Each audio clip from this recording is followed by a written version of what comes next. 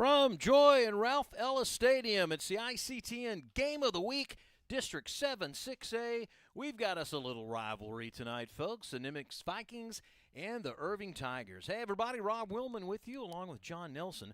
Over the last 20 years, the Nimitz Vikings have a 13-7 record over these Tigers. The Tigers, they just want to get off the skids. These guys have had a rough start. They're 0-3 coming in district, 0-6 overall. They want to pick up a victory, John Nelson, in this game, and it's just such a beautiful game tonight. Irving so much wants to win. They won the flip of the coin. They said, we're not going to defer. We're going to receive this thing. So that's going to be pretty interesting. Also, we've got a change at quarterback for the Nimitz Vikings. We'll talk about that when we get into the football game, when Nimitz gets the ball first time offensively. Beautiful night for football, I'm telling you. 74 degrees, a light wind, partly cloudy, humidity is low. You couldn't ask for a better backdrop between these two teams, and you never know what you're going to get. I mean, we say this, and we really mean it, where they come in if the teams are not having a very successful season. When they play each other, forget about it. I mean, they're going to have a good game. We've seen it in years past. Last year's game was indicative of that, and we'll have a little highlight and show you what happened last year to kind of set the stage. But meanwhile, the Irving Tigers will receive. They'll go from right to left. The Vikings, and they're all white, loving the uniform look there, all white with their new battle gray helmets against the Tigers in their traditional all black, ready to receive the kickoff and ready with the call, John Nelson. I'm ready. Week 7 of the 2024 high school football season. Irving and the Vikings of Nimitz. As you see, Juan Diaz, senior, has it teed up on the North 40. Hurtado and Proctor back deep for the Tigers. And this is Hurtado with the 10. 20, gets a seam, 25, and comes to rest right at the 25. Let's take a look at last year's ball game. It was a good ball game. I mean, these guys played tough. They played hard last year. Quarterback Javier Ibarra scampered 25 yards late in the second quarter. They tied the ball game up at 7. That's where it was at the half. A very hard-fought, tight ball game through the first 2 quarters. But then Nimitz's defense came up with a game-changing play. Luis Pena, what a great defensive guy he was, a linebacker for the Vikings. Scooped up a fumble, returned it for a touchdown, and then it was all Vikings from there. Nimitz pulling away with a 28-7 win. Tiger scrimmage from their own 25. Here's a reverse running room, 25-30. First down, 35, crossing the 40, outside the numbers, and is level at the 42-yard line. A gadget play, and Jalen Parker, huge real estate. Man, what a play to kick things off as the Tigers' offensive line. Upshaw, Ferrero, Flores, Reyes, and Smith. The guys at quarterback, Ibarra, Pena, Flores, Claros, Proctor, and Garcia. Big chunk of yardage on first down. The Tigers have lost the last 6 games in this series. Elijah Garcia, nobody home, probably intended for Parker, number 14, also in the area, Napoleon Proctor. 2nd and 10 at the 43. Defensively for the Vikings, the ends are Reynolds and White. Gaudian and Pearson are the guys in between the center. Hill, Traylor, and Perez, your linebackers. And then in the secondary, Woelfel, Wheeler, Kennedy, and Malik Jackson, your other corner. 2nd and 10 for the Irving Tigers. Jalen Parker, number 14, wide right. Here's a give, and barreling into the center of the line for no gain. It'll set up 3rd down. Not a lot of room up the middle for sure that time, as the Vikings had that clogged up pretty well. And this is what you don't want to see if you're a Tiger fan, and that is a 3rd down and long. Irving coming off a 63-27 loss last week at Pierce. They come in averaging 14 points a game. Omar Castro to the left of Garcia. The fake to Castro. Garcia, deep ball right side, and overthrows number 14, a flag, as Parker, the intended receiver. I'm going to call that defensive holding. Flag dropped at about the 35.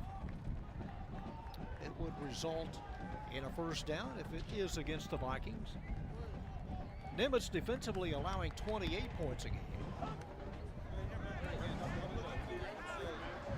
And our officiating crew Moose is your referee. Jenkins the umpire. Carroll the head linesman, lines judge. Shamlin, back judge. Marcus Ingram. Ed Leps is your field judge. They go back to the line of scrimmage and mark off the penalty yardage. It'll cross midfield and will be placed inside the 45. Just a 5-yard penalty, but it does reset the downs. Look again, right out there on the edge. Proctor trying to work free, nowhere to go. I don't have a number 6 on my roster, John, so I don't know who that is in the corner. Austin Garrison. We've had some number changes, Okay. and because of injuries, we'll talk more about that. Look at the pile, continues to move. They can't bring it down. Oh, pull in the China shop inside the 30. A lot of whacking and cracking going on, and Omar Castro wasn't going to be stopped. 18 yards for Castro. He came in averaging 6.7 yards a carry, and he, just like you said, a bull, goes right off the left side, and there's Holder holding on, if you will. But look, he keeps the legs moving, keeps the feet moving, and gets another first down. 1st and 10 as a scrimmage from the Nimitz Vikings 28. And hold everything, movement, procedure. It'll cost the Tigers 5.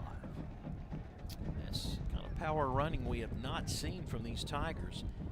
It all starts, I believe, from that first play where they went wide, went on the edge with Proctor. Proctor got so many yards, about 15 or so on that first play. Now all of a sudden it's in the defensive guys' minds, hey, we got to make sure we keep everything pinned in and closed in. That opens up the middle. Out over the ball, the new center, number 67, Kevin Flores, senior. 1st and 15. Inside reverse, can they track him down? They can. Here come the Vikings, and pushed out of bounds hard goes Proctor. He had 3 players right around him, Rob, as soon as he got that pitch. Nicholas Kennedy tried to wrap him up, and Caden Holder had to end up pushing him out of bounds. They still have a ways to go, though, before they get to the original line of scrimmage. A lot of running, but not a lot of yardage. Ball at the 32. 2nd and right about 14. As Rob said, just a beautiful autumnal evening, temperature in the low 70s. Not much wind at all. Twin receivers on either side for Garcia. Drops back, looking, scans the secondary, throws a medium pass, caught it for 23. Is going to be about 4 yards short, but a nice reception by David Garcia. Garcia kept moving, gave his quarterback a chance and a target. I don't know if that was intended for Castro. Look right over your screen. See there, Castro runs into one of the linebackers, Mundy Hill, and he had to go to a second receiver. So Garcia in with a play from the bench. Let's see where Napoleon Proctor goes. Proctor flexed out. It's a keeper. That's Proctor. And Proctor inside the 20 has enough for a first down. Proctor, one of those versatile guys that goes inside, outside. That is not Well, they said the line to gain, a little short, about a half a foot short. By far the best we've seen a Tiger offense move the football this year. And first it appeared to have enough for the first down. It'll be 4th and about a half a yard. They scrimmage from the 19. There's a first down and more. And more inside the 10, inside the 5. Can he go to the double stripe? All the way. Push back at about the 1. That's 18 and a half yards of just hard-nosed punishing, running, and tackling. 2 carries for Castro. The first was 18 yards. This one's another 18, say 19 yards. And Holder wraps him up there, but once again, he keeps the legs moving. And no one else is there to help. Kennedy tries to wrap him up, and then all of a sudden you get your offensive lineman back there. Looks like a scrum, and they're just like a half a yard shy of scoring. You can't bring him down if you tackle him up high. There's Omar Castro. 1st and goal. It's a sneak, and Garcia struggling. Does he have it?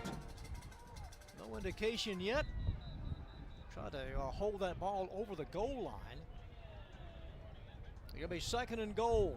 Just inches away. Last man to get up, and it looked like Mendieta.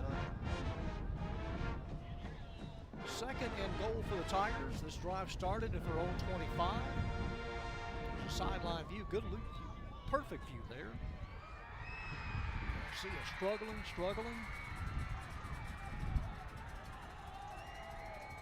Second and goal. Strong side left. They move Garcia over to the left, has a handoff, and he will have 6. It only made sense, didn't it? That they give it to Castro. Especially a 1-yard run, and the Tigers are on the board. Well, that was impressive. Started at their own 25-yard line, so a 75-yard drive. Almost 5 minutes off the clock.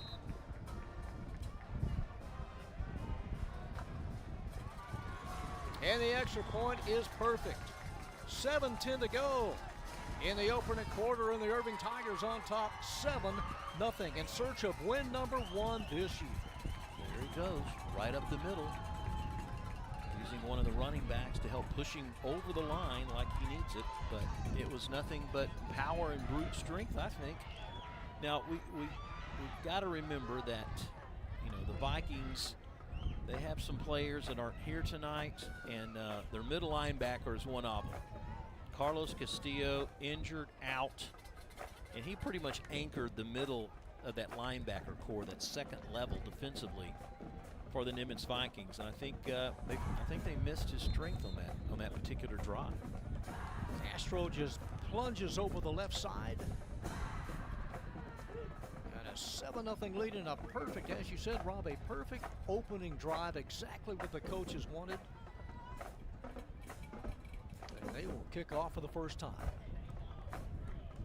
Back in 2022, we had a great first half as well as 22-17 at the half. Nimitz is on top in that one and ended up winning it 30-25. Amadeo Portillo has it teed up. Evan Miles, to return in at about the 10.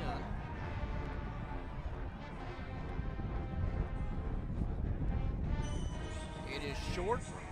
Fair catch indicated and caught at the 31. That's number 3, Nicholas Kenner.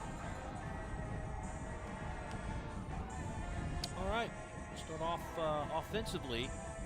We've got Alcala at left tackle, Martinez, Mendieta, Hall, and Bravo, the guys up front. We've got Cole Wallace, starting quarterback tonight for the Nimitz Vikings, replacing Andrew Valencia, who has a concussion.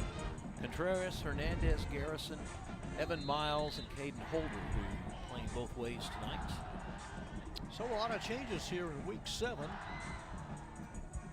First and 10 from the 32. Handoff, and not much. Into the spin cycle and push back. 3-4 Irving Tigers there to meet number 2, Javon Wolford.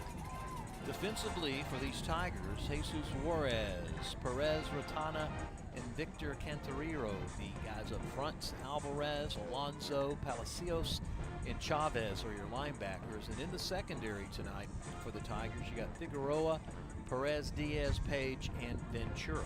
Second and 10 for the Vikes, averaging 9 points a game. The Irving defense allowing over 40 this year. Zion Traylor, number 16, the lead blocker. 35, crossing the 40, now to the 42. Close to a first down, Cole Wallace. Again in relief of Andrew Valencia tonight. And it is enough for a first down. First down for the Vikings, coming off a 33-0 loss to Richardson a couple of weeks ago right here. There's Cole, just your basic read where he fakes the handoff and then takes it to the right side where the hole is at. Talked to Coach Smalls before the game. He said, hey, I saw that last game you guys had when we did so well offensively. He goes, I just want to know, I started taking over the play calling that game. That's what did it, huh? Yeah, that's what he said. That's Wallace, and head-butted out of bounds, close to midfield. Give him about 7. For number 13. Well, Wallace showing that he can run the football. He came into tonight's game only throwing a couple of passes and being back up to Valencia. Always kind of be mindful where number 1 goes. That's Evan Miles. maybe the best overall athlete for the Vikings this year. 2nd and 3. And look at this, ball loose, and the Irving Tigers have it at the 45. That's number 8. Alonso.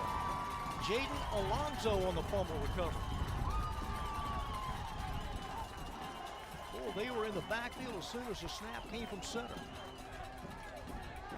There's something that you haven't seen this year a lot of, and that is where the Tigers are the recipients of the turnovers, causing the turnovers and getting a turnover. First one tonight. Just a simple handoff right up the middle, right about there. Maybe his knee was down, can't tell from this angle. Jacob Henderson led the surge, the nose guard, number 52. So they start in Nimitz territory at the 44. Number 7 now recalling the show. That's Lewis. Lewis going down the rail deep right side, well out of bounds. Lewis trying to hook up with Jalen Parker. Nywan Lewis, a quarterback. Might have a roughing the passer penalty. Yes, we do. That'll cost the Vikings 15.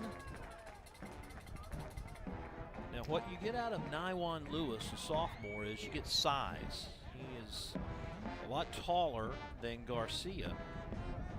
And let's see if they put him back out there.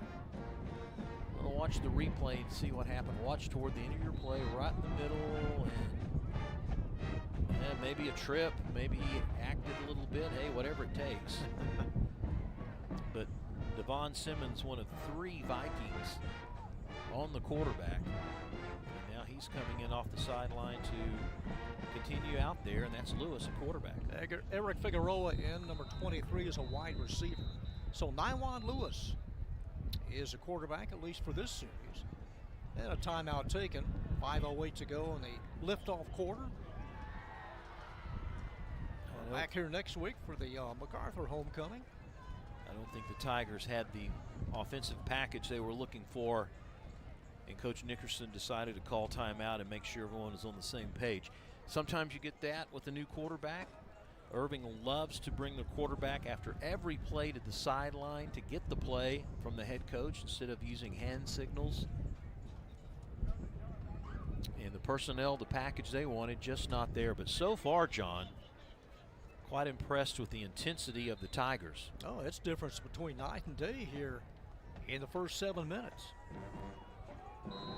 And their running back, Castro, has really made the difference in the backfield. A power runner running downhill. From the 29, Lewis rolls out looking for a block. Has running room to the 21. Tossed out of bounds at that point by Jalen White, number 4. I think the play took a little longer than the coaches wanted, I think, to develop. Now Lewis is going to take a breather, and they're going to bring Garcia back out at quarterback. He's just kind of not really knowing where to go with that, and finally went to the edge. Nice blocking downfield by the receiver. Elijah Garcia from the gun throws a deep ball headed over everybody, and covered by Kennedy, number 3. It looked like Parker may have stopped. Yeah, maybe Parker thought it was going to be a down and out, and the quarterback Garcia thought he was going to go for that far pylon in the corner. I mean, he had good arm on it, threw the ball strong enough, but they just were not on the same page. Penalty marker down. Mark it at 26.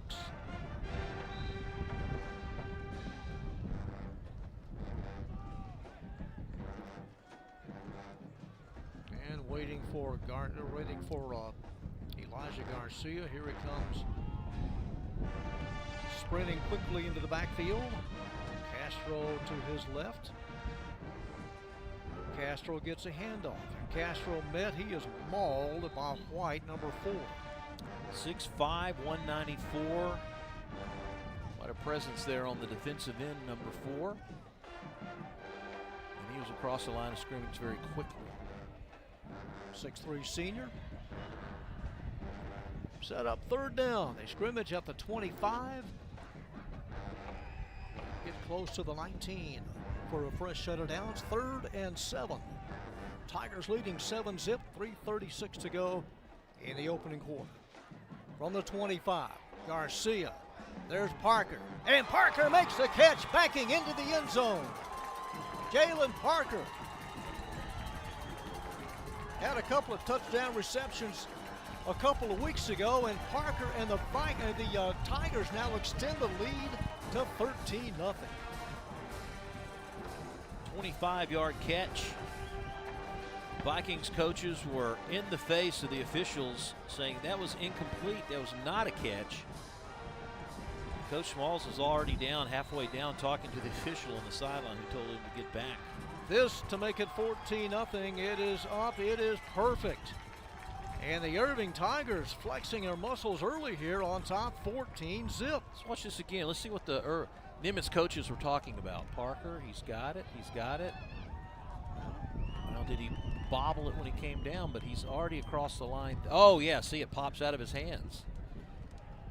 But I believe they're calling he already came down with it, crossed the goal. Well, was he deep enough in? Yeah, coming out of his hands there.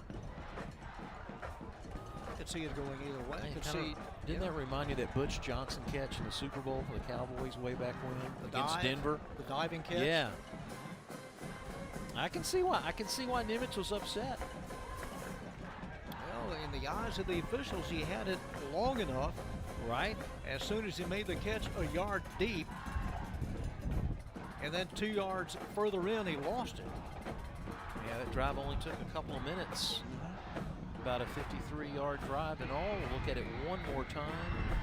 From the end zone, high in the air goes Jalen. He's across, but is the ball coming out now? I can see it both ways. I mean, that's a great angle and a great shot. Another short directional kickoff and caught on the run by Kennedy. And Nicholas Kennedy spun down. He's still fighting for yardage, crosses a 40 and is arrested at about the 43. Almost a horse collar on that play. Grabbing, pulling, trying to jerk it loose. Furtado right in the mix. And possession number 2 for the Vikings. Overall 1-5, 1-2 in district play.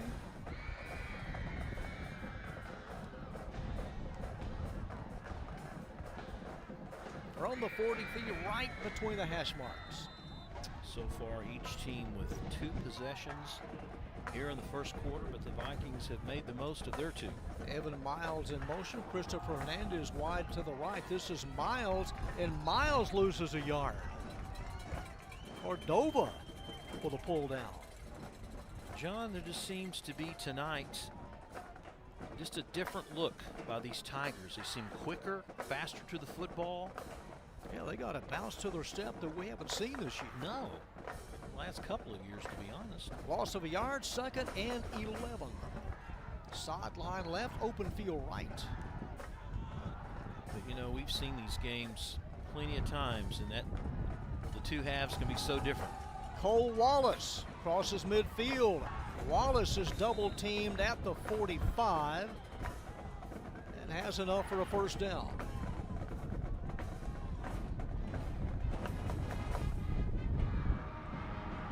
Again, nope, that was not Wallace. That's number 11, beg your pardon, that's Contreras. Yeah. Darren Contreras. I stand corrected, Contreras the senior. Vikings will do that. They will alternate. Contreras, Woolfolk. Woolfolk is in there now. Trying to bounce to the outside, Javon Woolfolk. Give him about 3. Woolfolk had a nice game against Mack this year, had a 50-yard touchdown run. Has a couple of touchdowns this year. Talk about good running, you know, in that last year's 28-7 win by Nimitz. Pedro Maldonado had 159 yards and 2 rushing touchdowns. Kevin Flores in for Jacob Henderson at the nose guard spot. 2nd and 7, twin receivers wide right. Cole Wallace takes a snap, he will keep it and will be dropped. Javon Lewis, first degree, number 5. once again, these battles are being won between the tackles. Loses a yard.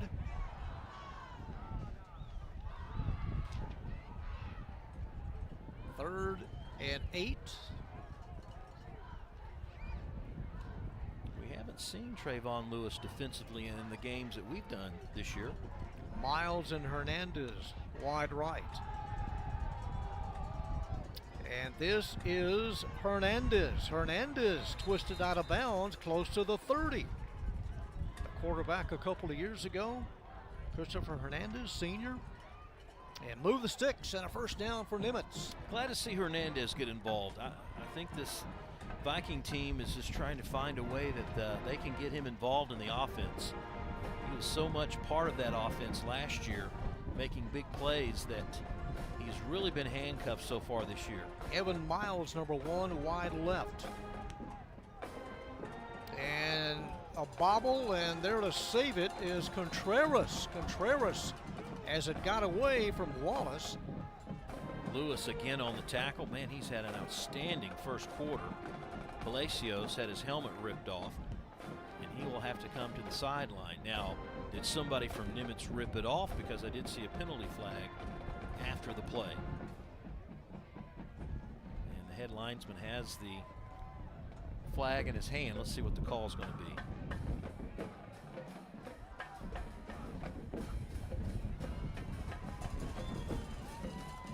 So yeah, that's going to be against Nimitz. Another 15-yarder, John. That's exactly what happened as they step it off. They had a first down at the 31 of Irving High, and then, you know, don't forget, folks, these things are, you get the emotions up in these games. Watch, well, we kind of see the end of the play there. The offensive lineman carrying on with his block. It's 51, Julian Bravo. So it had to be against Bravo, and that pushes them way back to almost midfield. Second and a mile. They need to get to the 21.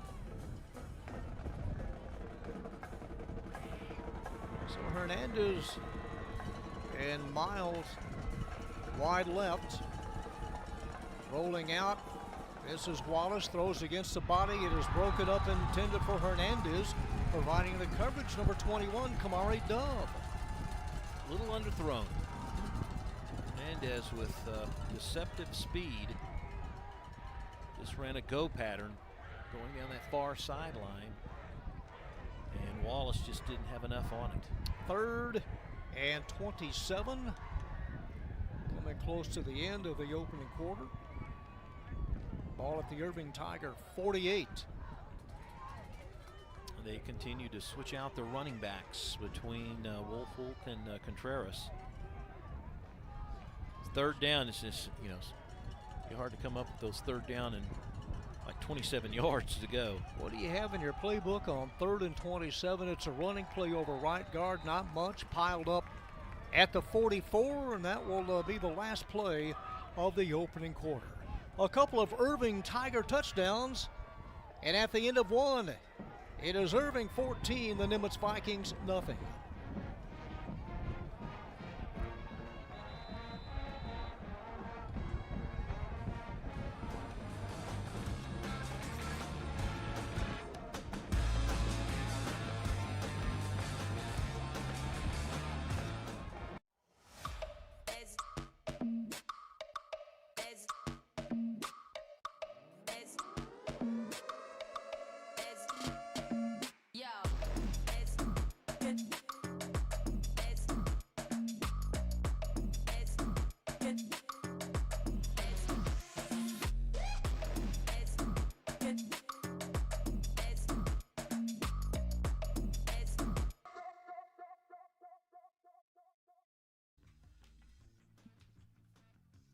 And welcome back to Joy and Ralph Ellis Stadium on this Friday night, October 18th.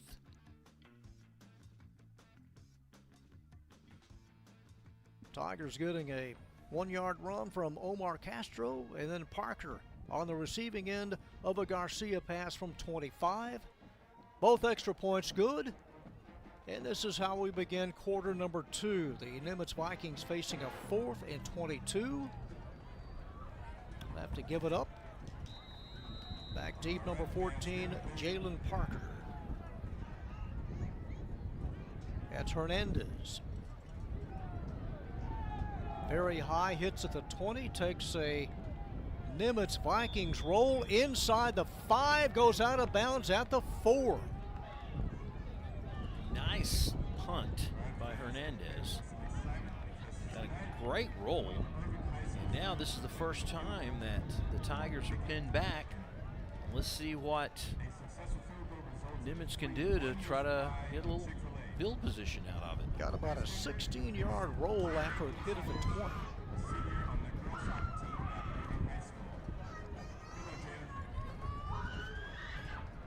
Quarterback, as Elijah Garcia came out, and that was stoppage. Not quite set. 1st and 10 at their own 4. Irving Tigers started the year on August 30th, lost to Creekview, a game they very easily could have won, dropped that one 24-23. Opened up district play at Jesuit on September 27th. Irving played a couple of 5A schools so far this year, but you talk about Creekview and also Crandall. Yeah. Both of those programs are undefeated. Hadn't lost yet. Omar Castro takes a handoff, and Castro over left guard and able to gain about 3. There he is, number 11. Listed also as a linebacker. When we get to this stage of the season, when we're past the halfway point, you have a lot of players that may be in positions that they didn't start the year at. Injuries, grades, you name it. Or just production. Yeah, 2nd and long. Left side and into double coverage, trying to hook out. There's a late flag. The intended receiver, Napoleon Proctor. 2 flags. Are they going to call a late hit on that? One, and then the other one dropped as soon as Proctor took a shot. I don't understand the first flag. Was it catchable? Right. Was there contact in the passing route? I'm just thinking maybe, I don't know. That's against Nimitz, the initial call. It's a 15-yarder. Randamos, tonight's referee. He changed that to holding. Thought there was a grab and indicated a hold. There's Proctor. See, at first I thought maybe that was the penalty they called, was the hit after the play. But I believe they changed that to just a hold and 5 yards. He's going to place it at the 20. 1st and 10 at the 20. From the shotgun. And about 3. Taking a hard hit is Proctor.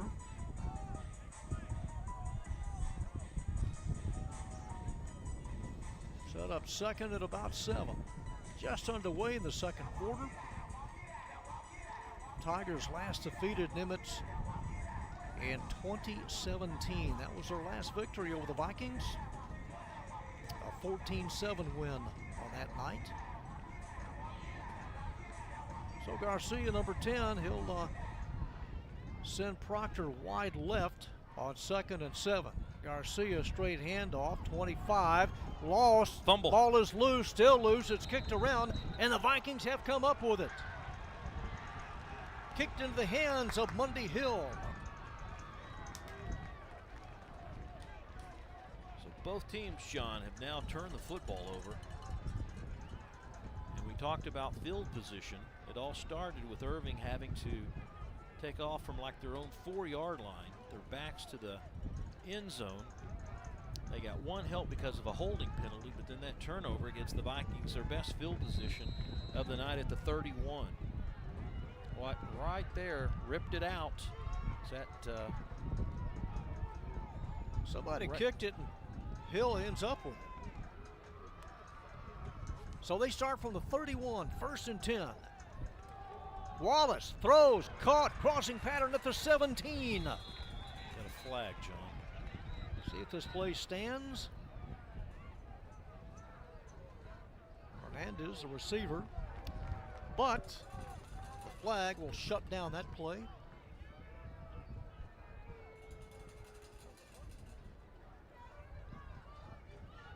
Try to go deep on 1st and 10. And this penalty, they step it off outside the 40, placed at the 41.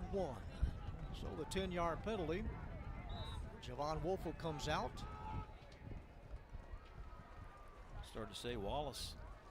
Plenty of time back there. Maybe that's one of the reasons why. From the point of the hold. From the 41. 1st and long. And Wallace inside the 40. Tackled at the 38. Gains 3. Nimitz 1-5, 1-2 in district play. Their only district win so far, a 24-8 win over the Cardinals of Mack.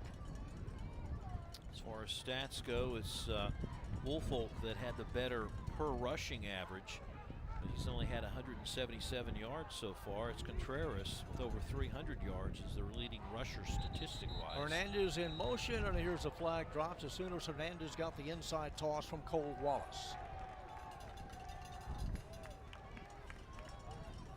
Kind of motion infraction. It'll cost the Vikings more penalty yardage.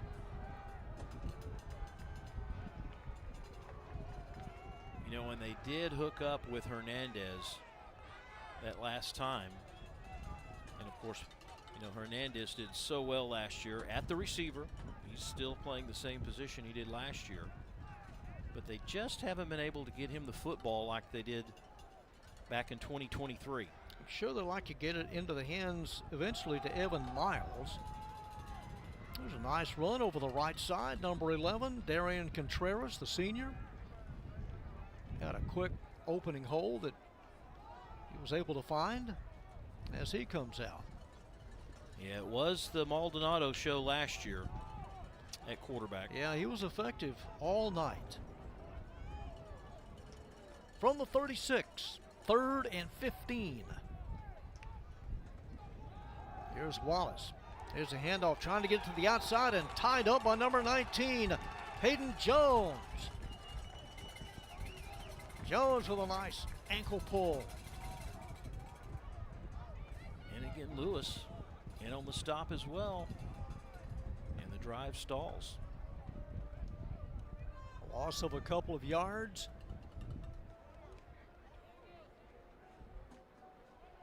That's Woolfolk trying to get loose. Yep, just a basic dive left. Tigers just all over everything tonight. Again, Tadian Jones, the sophomore, one of many on this Tiger team. Hernandez in punt formation. Again, it sends it very, very high. Hits at the 15, rolls and batted back. Did he cross the end zone? Not at this point. I think they saved it inside the 5. It was batted back. As of now, it's at the 2. Now the referee making his way down towards the 2. His head coach Anthony Small in his 3rd year. Rob, looks like they're going to bring it out. Yeah, they're going to content to stay around the 2. Yeah. And it's placed at the 1. So the Tigers, who started from their own 4 their last possession, they'll begin this one from the 1. That was a nice job not to make contact with the goal line and bat it back. So the backfield lining up in the end zone for the Irving Tigers.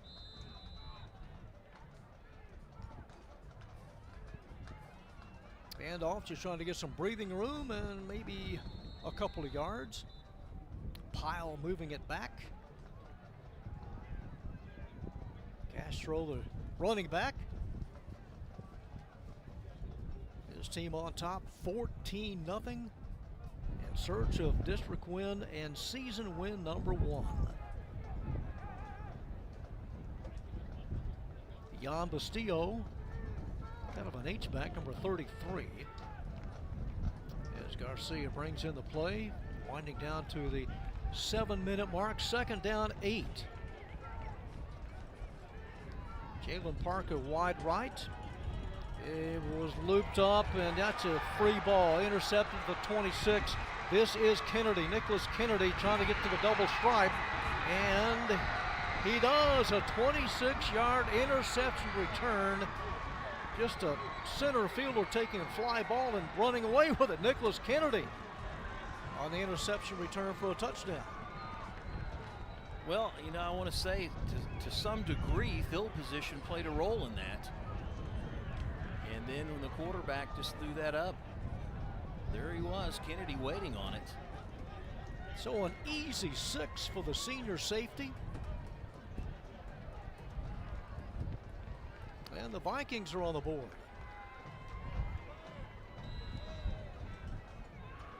Three turnovers just in the first half. Juan Diaz trying to cut the lead in half. Good snap, good hold. Extra point attempt is just inside the left upright. And the Vikings have cut it to 7. Which again, there is the throw by Garcia. He throws it straight up in the air, and Nicholas Kennedy, the 5'10 senior, is waiting for someone to block the defenders, and really he only got touched when he crossed the goal line. And he had that far right sideline as you look at it from the end zone. Those bright tennis shoes on. Look at that in the corner. There's no one there until the offensive lineman whiffs on him, and he dives into the end zone for the touchdown. Officially is going to be a 27-yard return. So a couple of turnovers, and this one hurting Irving as the Vikings cash in. There will be no shutout tonight. Did we really expect one? 14-7 midway through quarter number 2. So a couple of fumbles, an INT, a Nimitz offense that really hasn't gotten on track tonight and has hurt themselves with numerous penalties. And an Irving team that came out of the gates on fire with their running game and almost at 100 yards combined offensively with the ground attack just in the first half, but the turnover, the big mistake for them. And the Vikings are back in it. Xavier Hurtado, number 6, and Napoleon Proctor back deep. This one headed towards Hurtado, gathers it in at the 5. Hurtado inside the numbers is upended at the 17. Tackled by Brandon Wheeler, number 7. Another penalty flag, this one after the play.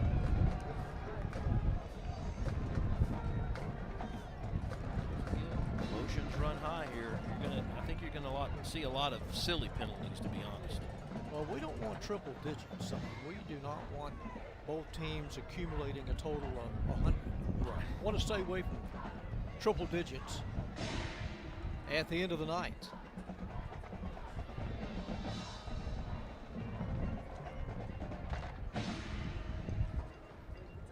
Okay, they're marking it as he went down at the 17. It would have been a 12-yard return. And then the penalty. And here's a march off. It's half the distance. It'll be at about the 8, and it is.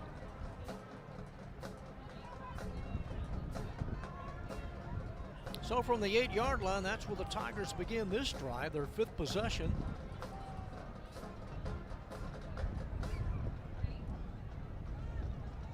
And we'll see what they have in the tank here, leading 14-7. Elijah Garcia from the shotgun. Omar Castro to his left. Garcia inside toss. This is Parker. Jalen Parker looking for a seam close to the 10.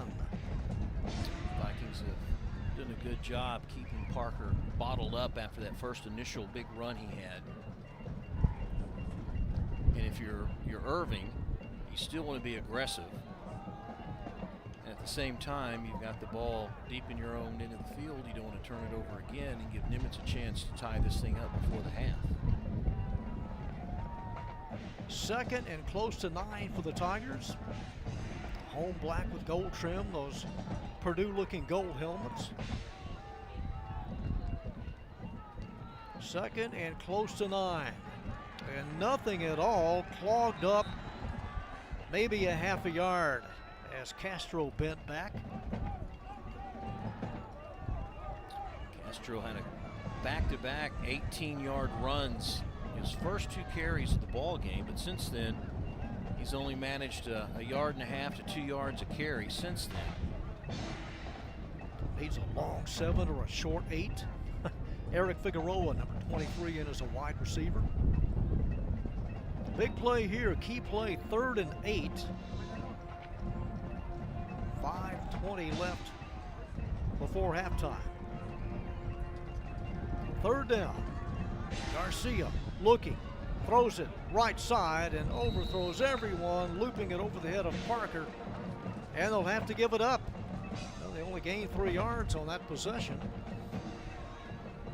That play was designed to be a sideline pattern, and Garcia, it's a timing pattern more than anything. As you look at Nickerson there on the sideline, he let go of the football before Parker even made his cut, but it didn't matter because he overthrew the receiver. Now they've got a punt.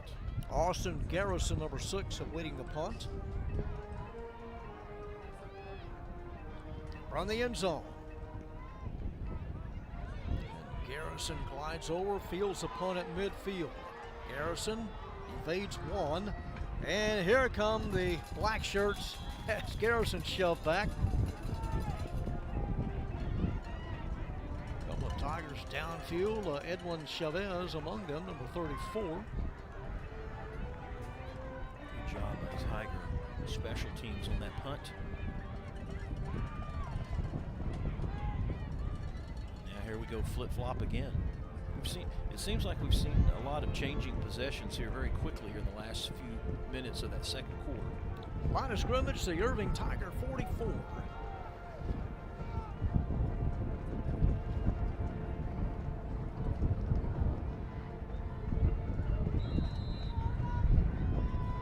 Cole Wallace takes a snap, looks right, throws right. Has a man, but overthrows a little bit too much on it, trying to get it to Miles. And it'll be 2nd and 10. See what emerged from the bleachers across the way on the east side? The blood moon. Yeah, the blood moon. Perfect. 2nd and a dime. Perfect for late October, wouldn't you say? Yes. Perfect football weather. We've been waiting for this for a month and a half. Just anything in the 70s. And we've got it tonight. 2nd and 10 from the 44. Wallace straight handoff and trying to bust it through as Wolfolk battling a flag dropped. Running back has dropped as well. It's number 2, Javon Wolfolk. Keeping a total number of, what's that, 7 or 8 flags? Yeah, this is the 11th one.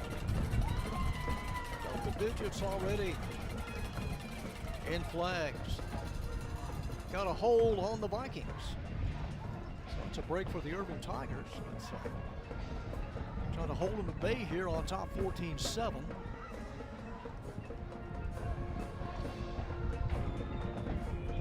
Close to midfield, they spot it at the Nimitz 49.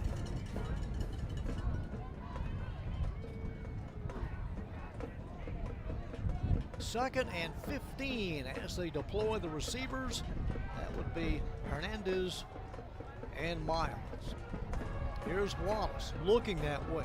It is caught by Hernandez. Christopher Hernandez able to escape one, evades another, and is shoved out of bounds. And a nice chunk of yardage. He got about 13 of the 15 needed. So far tonight, Wallace has only completed 2 passes, both of those to Hernandez. Given time, there's that quickness. Talk about Hernandez so much. shake and bake move on the near sideline. 3rd and a couple. And Wallace handoff, 1st down, 30, 25, breaking into the secondary, and say goodnight, Darian Contreras. Contreras takes it to the Casa, and it's 14-13. 37-yard run by Contreras. Now over 60 just in the first half. And none bigger than that one. They pull to within a point. Touchdown coming almost exactly 3 minutes from their last score. No, it's not going to work, as Irving Tigers able to snuff it out. Hernandez dropped. Well, it all started with the bad snap. Let's go back to the touchdown run. Contreras right up the middle. Once he got past the linebackers, and that was all she wrote. There's a good block there, the pulling left tackle. Secondary gets bunched up, get caught from behind. Lewis can't catch him. And Contreras brings the Vikings to within 1.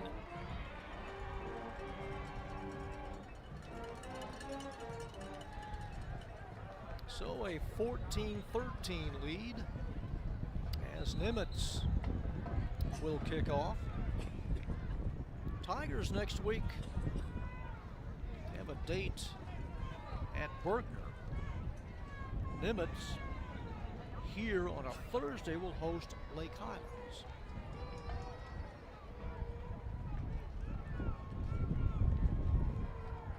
Lake Highlands, very talented. They've got one of the top running backs in the Metroplex. They love to run the football. They do a lot of passing. Yeah, they control the clock as well as about anybody in the district. Proctor and Hurtado standing at about the 10. And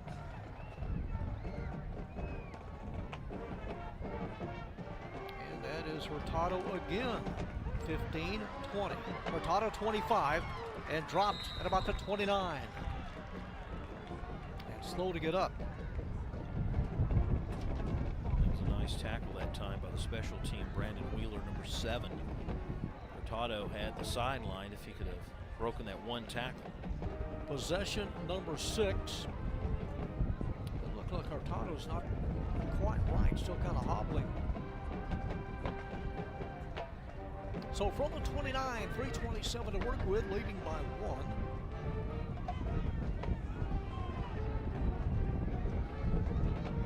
Yeah, there's number 6. Xavier Hurtado being attended to, being consoled.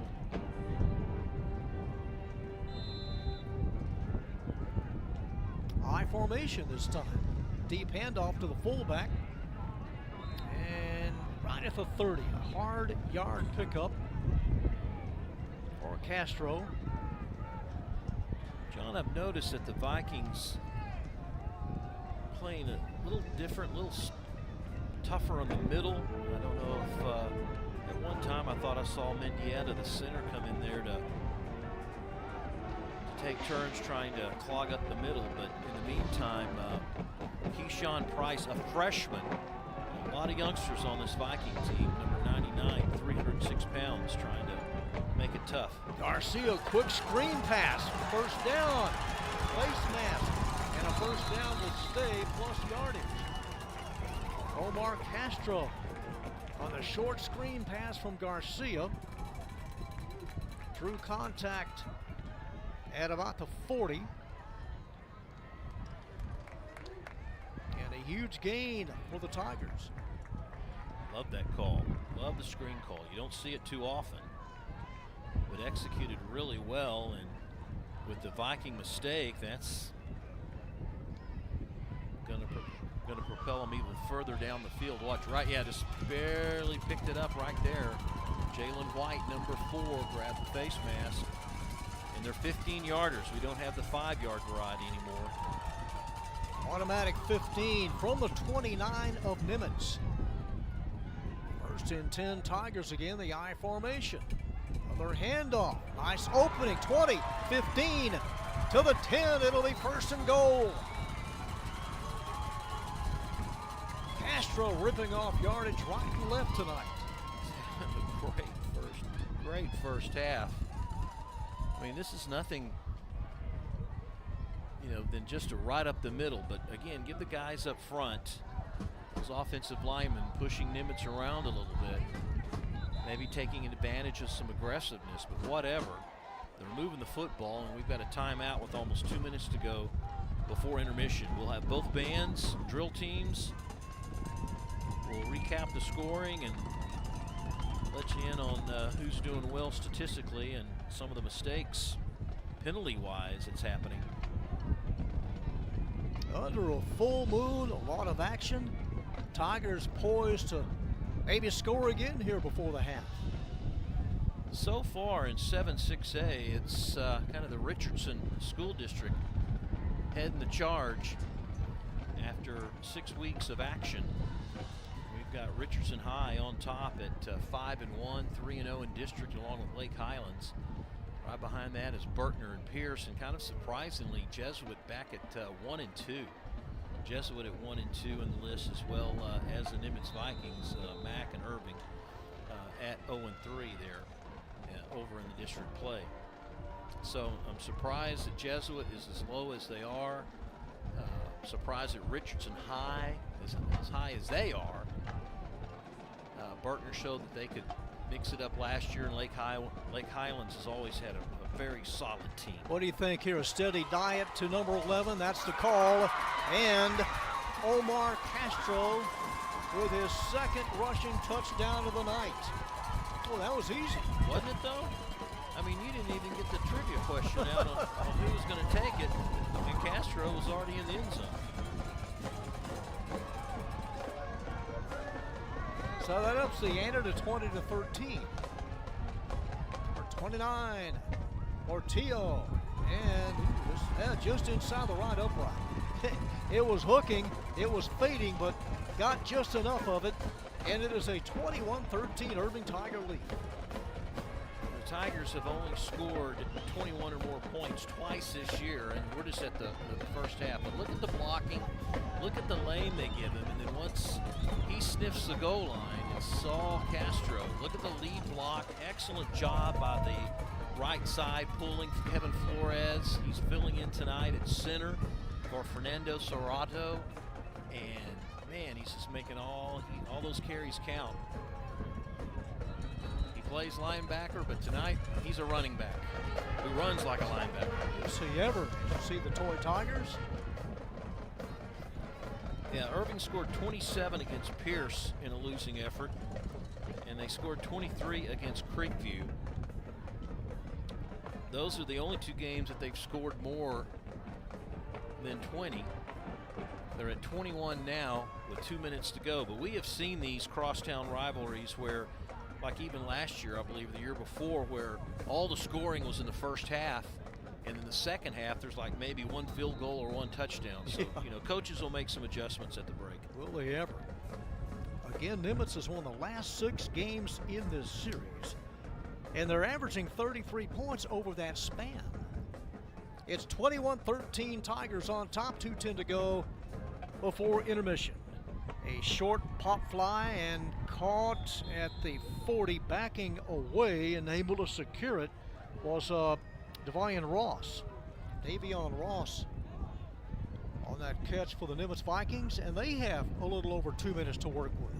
You have to go back to 2011, the last time the Irving Tigers put a win streak together against the Vikings. From 2011 to 2013 is when they won those 3 games in a row, and they haven't done that since. But tonight, they've got an edge. So the Vikings set up shop at their own 39. 2 receivers wide left. Jay Wallace loading up, middle deep. It is up for grabs, and it is caught by Evan Miles. Evan Miles in double coverage comes up, able to secure it, and a huge gain on first down. Like 45 yards in all. Let me tell you, I saw him in warm-ups, and I saw that Wallace had a really strong arm. And this is just one of those things that, it was misplayed. Nywan Lewis, had him covered from the front side, and Jones had him covered from the back side, but hey, Miles is the one that goes sky high to make the catch. All the way down to the 16-yard line. Wolfolk against the grain. Takes it inside the 10. Javon Wolfolk. Well, Nimitz poised to score here as Wolfolk comes out. Ball placed at the 8. And hold everything. A timeout taken, I believe, by the Irving Tigers. Yep, Irving calls time with 1:22 to go in the half. Why not? You got them at your pocket. Might as well use them. 2nd and 2 needed for the Vikings, but they want a little more. They want a first down plus. Well, with that missed extra point, kind of puts them in a bind. Do they go for 2? If they do score a touchdown, wait until you need the 2, because if you score and you don't make the 2-point conversion, then it really puts you in a mess. So we'll see. They got to score first, but I'm just impressed by both teams and how they bounce back. Well, but what about the poise of Cole Wallace tonight? Yes. Bringing into the mix in a big crosstown rival game, and looks pretty good. He seemed very relaxed during pregame. 2nd and 2. Darian Contreras, the running back behind Wallace. Wallace takes a snap, fake, looking for end zone, deep corner, and nobody there. Well, they're there, but over the head of Hernandez and Evan Miles. Wasn't catchable anyway. No catch brought in or no interception. At the same token, as you're looking at Wallace there, 13, taking over for Valencia. Valencia in concussion protocol, so he did not suit up tonight. Again, Carlos Castillo with a broken foot. Their linebacker is out. He was a tight end the last 2 years for Nimitz. Cole Wallace from the gun on 3rd and short. Handoff, and that is close to the 6-yard line. Late flag comes in as Javon Wolfolk pushed back. If it's against the Vikings, do you refuse a penalty, even though they're that close? Well, let's see. Here's the call. It's a hold. Now, let's see if that's a killer. That could really stop a drive here. The thing is, though, if you refuse it, you leave them close enough to go for a field goal, because it's almost like that'd be short, yeah, an extra point range. So it'll be placed at the 16. This drive started from the Viking 39.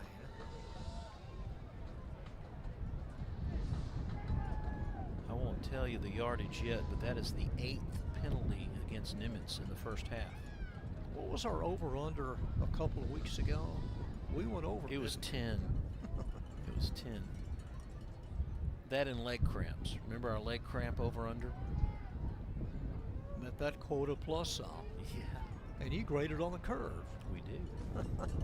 Give you the benefit of a doubt. Minute 12 left. Following this timeout, it'll be 3rd down. Nimitz has it at the Irving Tigers 16. Won last year's game 28-7. Won the game a couple of years ago by 5. That's a nice game, 30-25.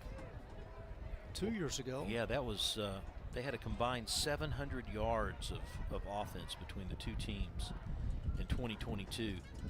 They were still scoring when they turned out the lights. There was more to come. They weren't through. Coach Nickerson talking to the official. In his 2nd year, David Munoz was the previous coach here.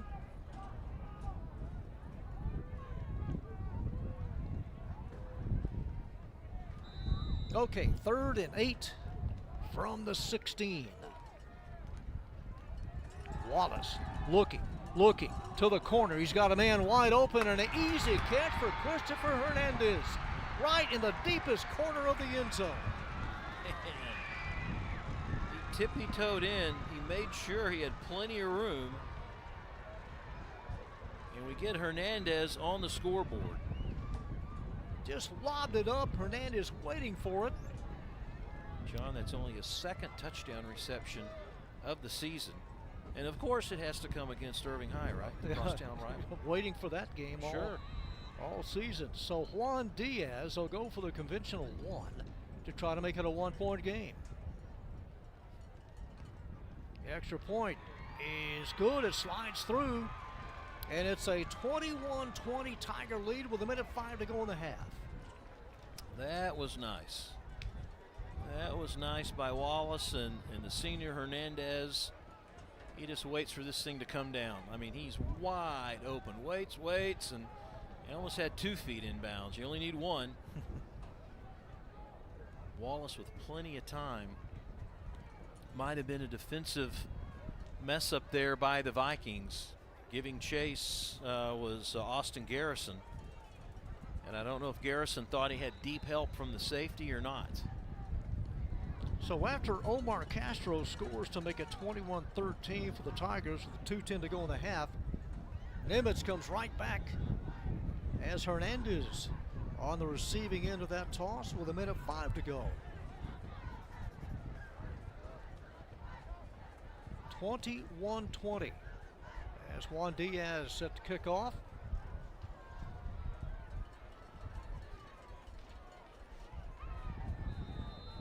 Tigers, according to the board, have 1 timeout remaining.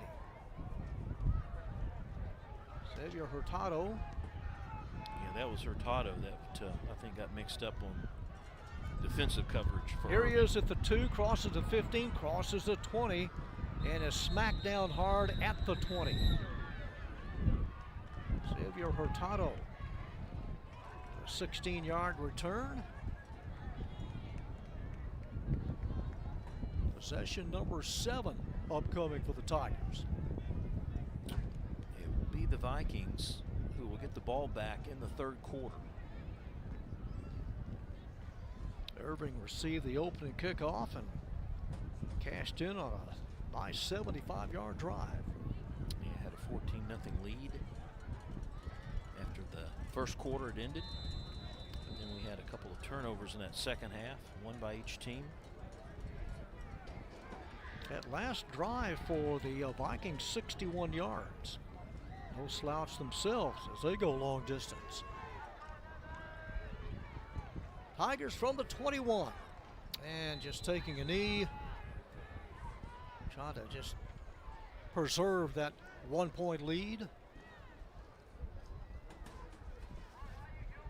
they're content to just milk it out here before the half.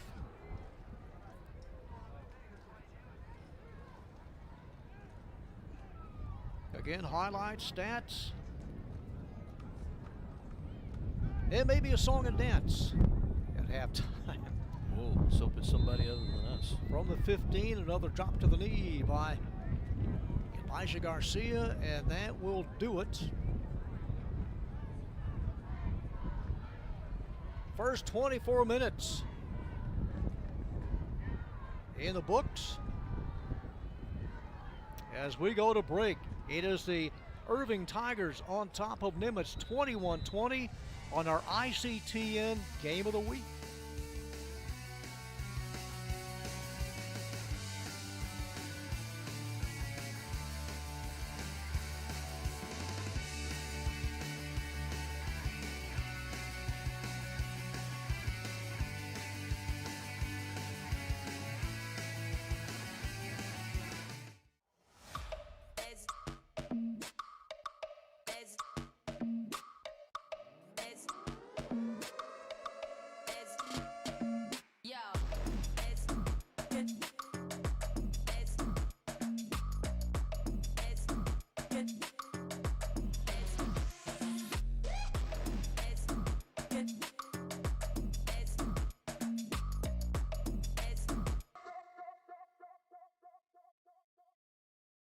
Hi, I'm Thomas Gandy. On the next City Source, see some of the improvements underway at the Toyota Music Factory.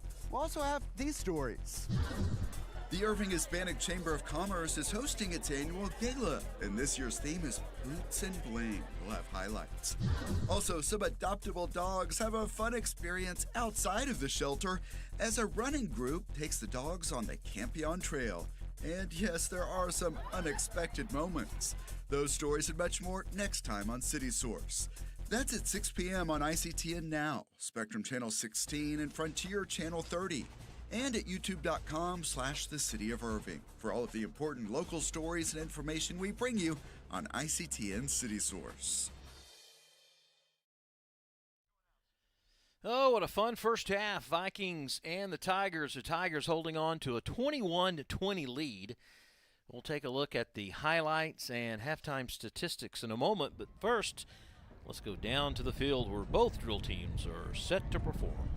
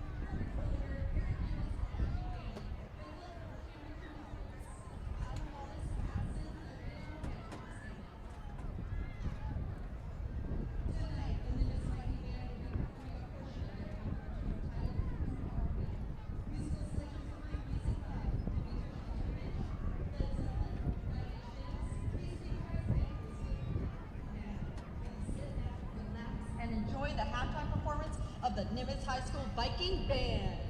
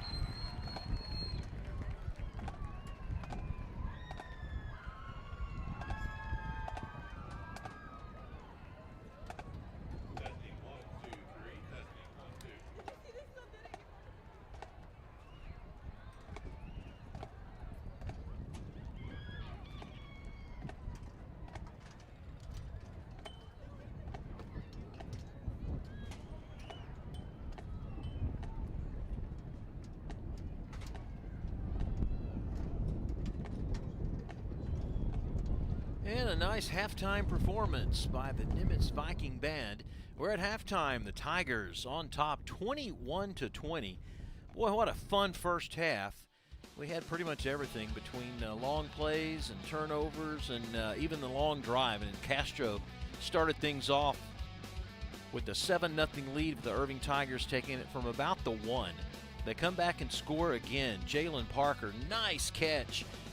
A little controversial. The ball is loose. You see it there right at the end, but the officials said no, he had it just long enough to make it count, and it was 14-0.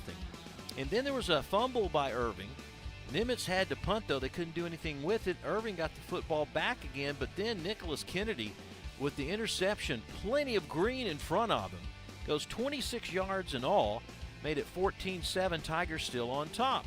And then Contreras, boy, he had an outstanding first half, 61 yards in all, 37 on this carry. Now, the Vikings try to go for 2. They don't get it. It's 14-13. And then Castro again, the second touchdown in the first half, 9 yards out off the right side. 21-13, Tigers on top, but the Vikings aren't through. Hernandez, look at this, nice little tippy-toe catch in the far corner of the end zone. 21-20, that's where we stand at the half.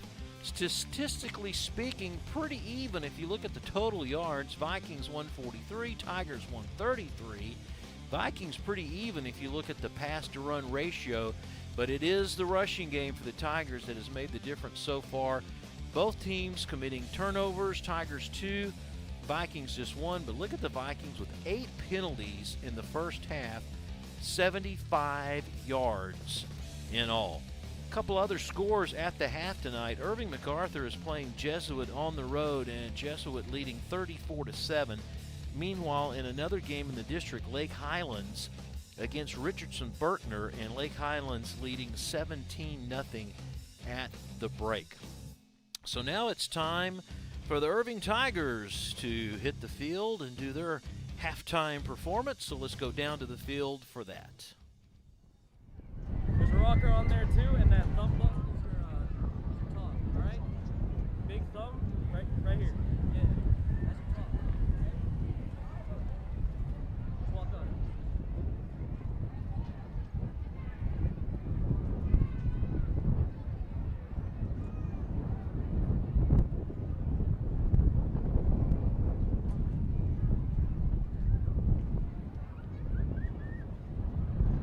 And now your Irving Tiger Marching Band.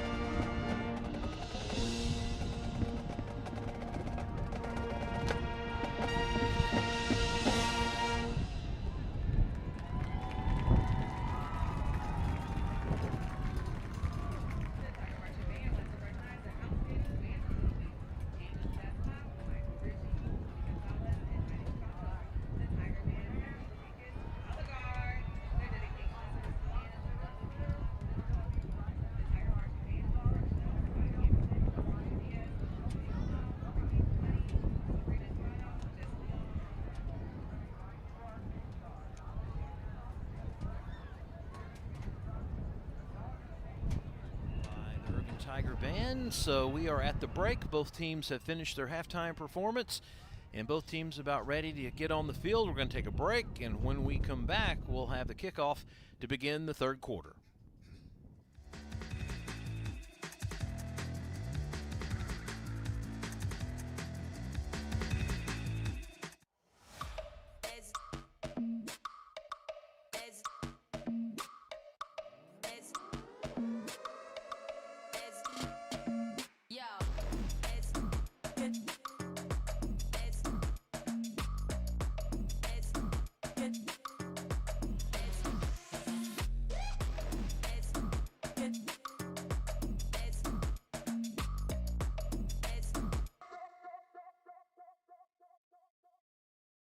Hi, I'm Thomas Gandy. On the next City Source, see some of the improvements underway at the Toyota Music Factory.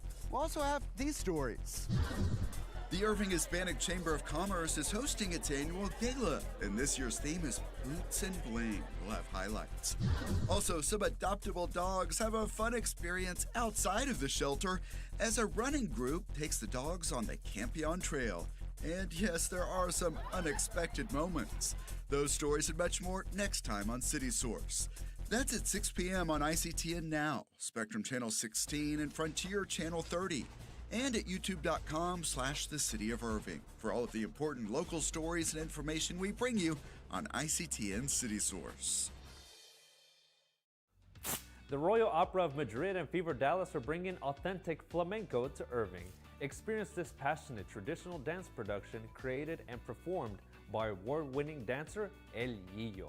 Don't miss this rare opportunity to witness this Spanish art form in Carpenter Hall, October 26th at 5:30 p.m. Erie Irving is back, featuring haunted scenes, carnival games, pumpkin photo ops, and delicious treats.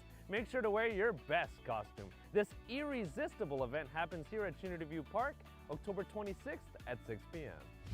Join other teens in celebrating Halloween with Let the Ghoul Times Roll. Fall crafts and snacks are provided and costumes are encouraged. Don't miss this terrorific time at the Valley Ranch Library, October 31st at 6 p.m.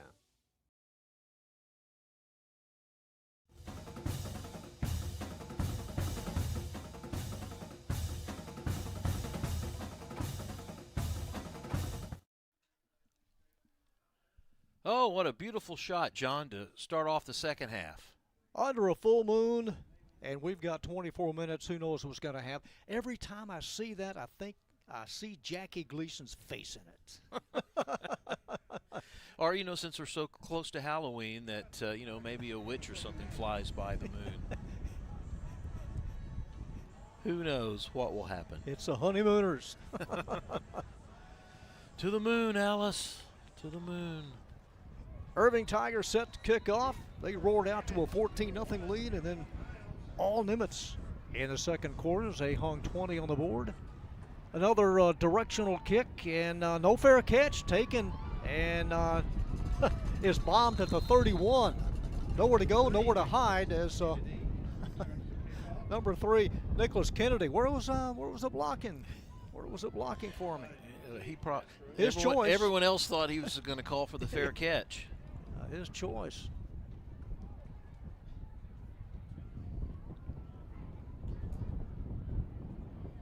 So Nimitz from the 31. 143 total yards in the first half. But the penalty flag really hurt some drives. 75 yards in penalties. First play is a handoff over the right side. Upended at the 31. Not much at all. Nice submarine tackle for the Irving Tigers. Omar Castro. Yeah. Castro playing both the fullback and the linebacker role. You're looking at Palacios, number 1 also. Jaden Alonzo, number 8. They're 2 of the linebackers right in the middle. Plugging up the gap. No gain, 2nd and 10. Hernandez joined by Evan Miles, wide left. Full house backfield. And this is number 1. Evan Miles eludes tacklers, and Miles scampers for yardage close to the 45. 14-yard pickup and a first down for the Vikes. John, he has really great moves when he gets into the open field, and that's what they're trying to do. They're trying to give him room to work. Hernandez with a nice block there on the top of your screen, and it just uses his speed to get around Lewis. Game we did had a 13-yard touchdown catch against Grand Prairie. Game you saw on ICTN. There he is, number 1, Evan Miles, senior. They scrimmaged from their own 44, trailing by a point. Cole Wallace drops back, looking, throws underneath, and batted away by Palacios. Yeah, he almost had the interception. Nice play defensively. Couldn't tell from this angle if Wallace threw it behind him a little bit. But Wallace, he seems very calm out there. I don't see him rattled at all. We're seeing action just on his 2nd time this season. Yeah. Only twice. Darian Contreras, number 11, brings in the play from the bench. 2nd and 10. Hernandez wide right. Evan Miles to the near side. Wallace, straight handoff up the middle, crossing midfield, 45-40. Inside the numbers and upended at the 40. In a nice run by Darian Contreras. Contreras scored on a 37-yard run earlier tonight. It's between the tackles, doing most of the damage that way. Couldn't keep his feet. Could have had some more yardage, but he has 75 yards on the night. Feeling it. Darian Contreras scored to make it 14-13 at that point from the Tiger 40-yard line. Wallace, he will keep it, trying to ride out some yardage, breaks into the secondary. Wallace to the 10, down to the 7. Ford, the only man between him and the goal line. 23 yards on the scamper. What a nice run. wasting no time. They've been keying on that running back throughout the night, and this time Wallace keeps it. And Ford, number 14, was there to trip him up just inside the 10. Got a nice block from Caden Holder, number 8, in the middle. So it's 1st and goal, Nimitz from the 7. Wallace looking, throws, short pass, and just over Walker's, or rather Palacios' hands.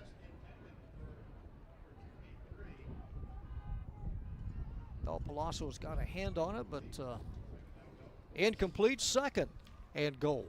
Like the call. Yeah, I do too. He surprised the interior line. Again, you know, that's what a good running game will do. You get some long runs, then first thing, linebackers and everyone else, they're going to key on you making that move like you're going to run again. Caden Holder in as an H-back. And Wolfhook is stuffed. Palacios right on it. Right across the line of scrimmage like no one touched him. And there wasn't a lot of room for Javon to run the football. Loss of a couple, it'll be 3rd and goal. One of 21 seniors, Jose Palacios.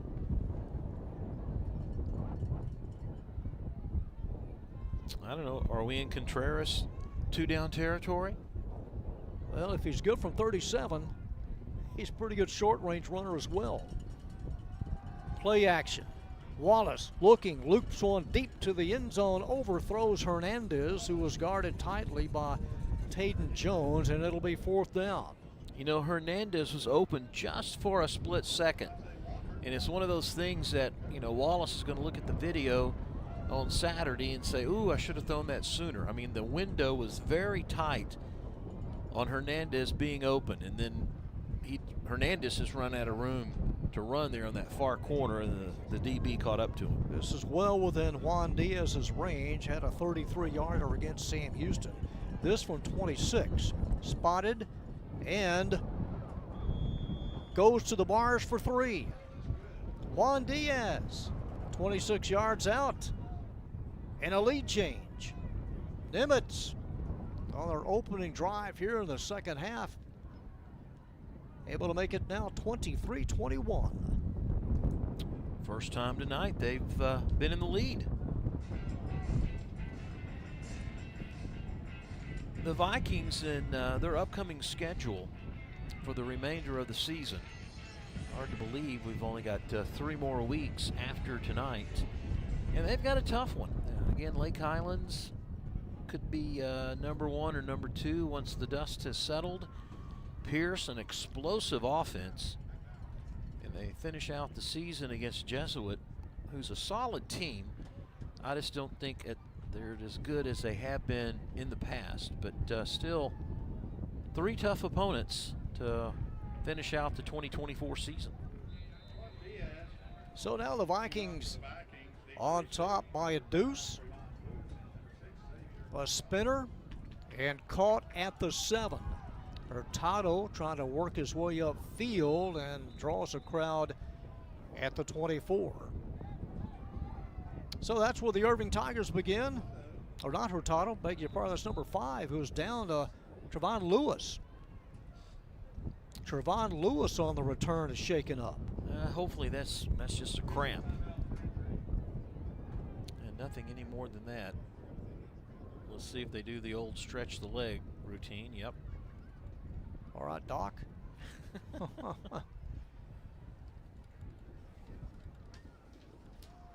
Irving High School, they're scheduled to finish out the season. Their next 3 against Berkner.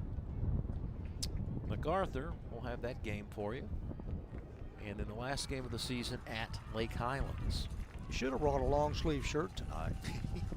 I need it now. They turned the air conditioner on for some reason. Air is working. It's like a freezer in here. All right, 1st and 10, possession number 1 for the Tigers here in the second half. Elijah Garcia from the spread formation. One of the receivers is Figueroa, wide right. In motion, that's Parker. Handoff, number 3, Napoleon Proctor. And Proctor dives to the 29. Gain of 4. Second down, 6. Just the third rush tonight for Proctor. There have been 6 different Tigers that have touched the football tonight rushing. So Proctor in the backfield with Elijah Garcia Jr. Here's Proctor trying to get to the outside. He does. 35-40 outside the numbers. Runs out of bounds to the 42. Chased out of bounds by Kennedy, number 3. He's quick. Proctor, a sophomore, one of 13 this year for Coach Nickerson. Yeah, plus he has at least three freshmen on this team as well. Say you went out at the 43-yard line.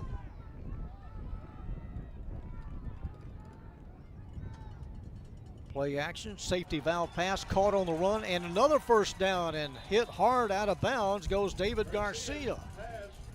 But they rack up another first down. For the moment, down by a couple, 23-21. Second time they've used Garcia tonight. Garcia came in with just a couple of catches. He has that many tonight. You know, John, you talk about bringing up the underclassmen. They're going to play. There's no reason to bring up a freshman or a sophomore if you don't play him, and he's done that this year. 35 yards so far on this drive.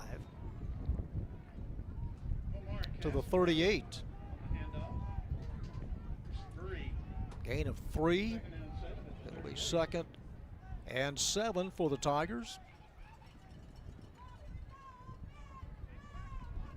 I love the ebb and flow of this game. Just when you think that, hey, it's got purpose, it's got movement. One side, you think, their backs are against the wall. Both sides have been resilient. They've bounced back when they've fallen behind.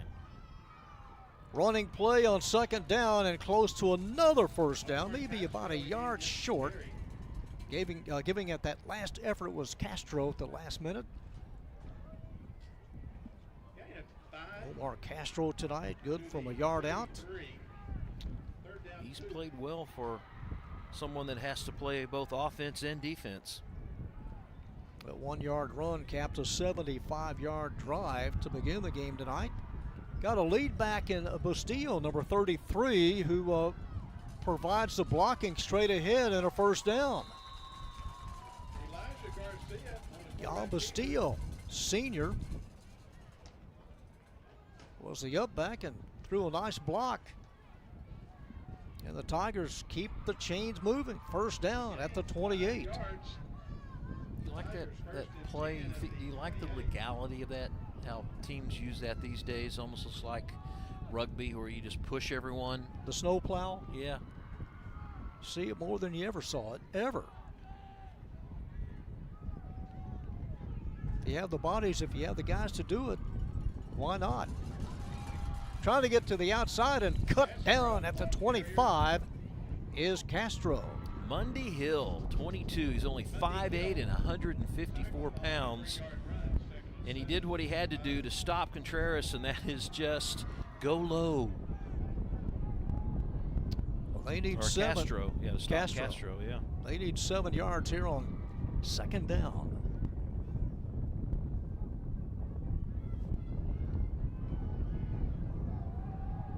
Irving does a lot better when they're not behind the sticks. Tigers with 110 yards of rushing in that first half. And here's some more. Inside the 20 and chased out of bounds near the 18. Close to a first down. Napoleon Proctor on the give, and it is a first down. Second time this drive we've seen Proctor hit the edge, and both times uses speed, quickness right there. Just has a little sudden burst. Can't cut it upfield because he just runs out of room, but he gets enough for the first down. Ran away from Jalen White, number 4. First and 10 from the 18.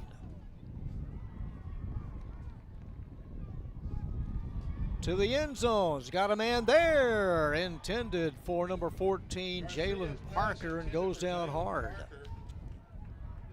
Boy, he hit hard. Trying to bring that pass in well out of his reach. That would have been a tough catch. Double teamed. Garcia trying to get it to the much taller receiver. Training staff out, Aaron Bernard, one of the two trainers, Leanne Saldana, also on the training staff for the Irving Tigers, and that's a good sign as Jalen Parker helped up. And we'll head to the sidelines.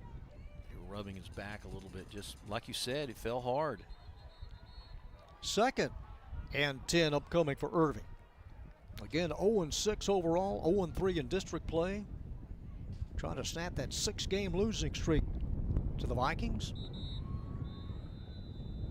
We played almost 7 minutes here into the 3rd quarter. And each team has only had the ball once. Just once. Just shows you what kind of ball control both teams have had here in the 2nd half. Tied in to the right, David Garcia in tight to the right, number 9.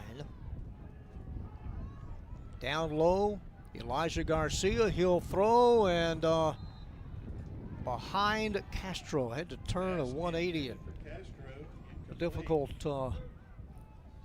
attempt for Castro. Garcia really upset. He had him wide open. Just kind of pushed it out of his reach. Rushed his throw a little bit. Break up 3rd and 10. Credit the pressure for the Vikings, who haven't changed too much on that front 4.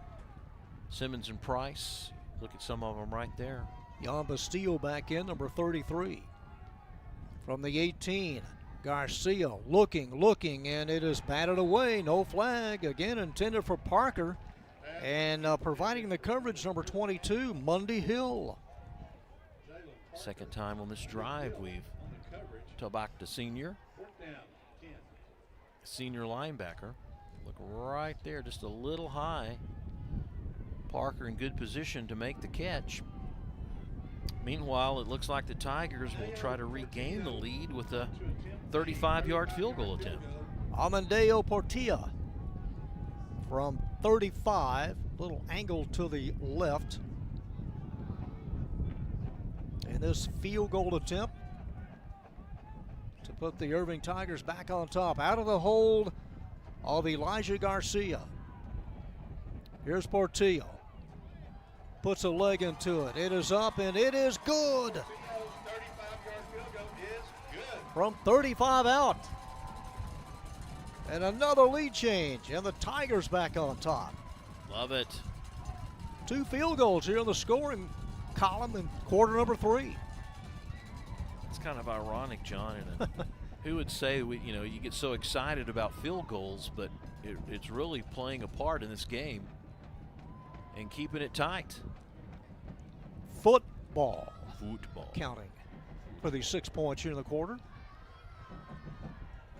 Yeah, you just never know how it's going to play out.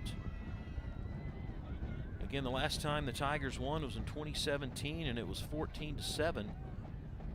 Meanwhile, the last 4 years, Nimitz dominating for the most part. 2022 was close. In 2021, it was the Eric Williams show for Nimitz. 175 yards rushing and a touchdown. Nimitz had 560 total yards of offense back in 2021. Amadeo Portillo has it teed up at the 40.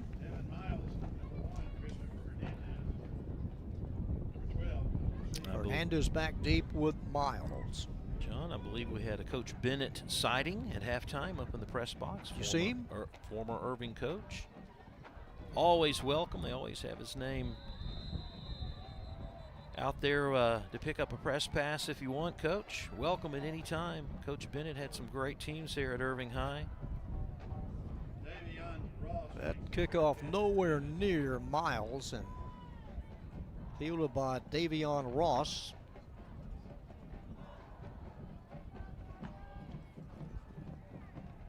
Where are they going to mark that ball? There it is at about the 39. Well, they gave up a lot of yards on that. They'll spot it right at the 39. Previous drive started at the 31. So 1st and 10 Vikings from the 39. First drive by Nimitz, they used up about 3 minutes. And then Irving used up about 4 minutes for their first drive. That's while we're almost through the third quarter. Wallace bobbles it, regathers it, and rides it out for a couple of yards. Took the high snap, kept it in front of him, almost lost it, but able to bring it back in and gain a couple of yards.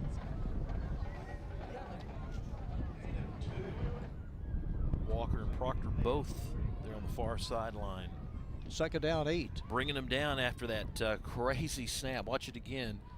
Guess it goes right through his hands. Luckily for him, it bounces off the headgear and he's able to turn the corner. But not until brought down by Palacios and Walker. From the 41. And hold everything is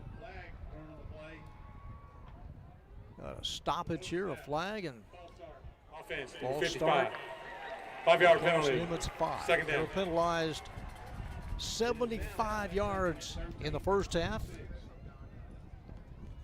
So back them up 5.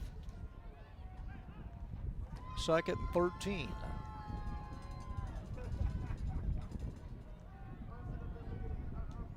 Nimitz roster this year comprised of 33 seniors, 4 juniors, 3 sophomores, and a couple of freshmen.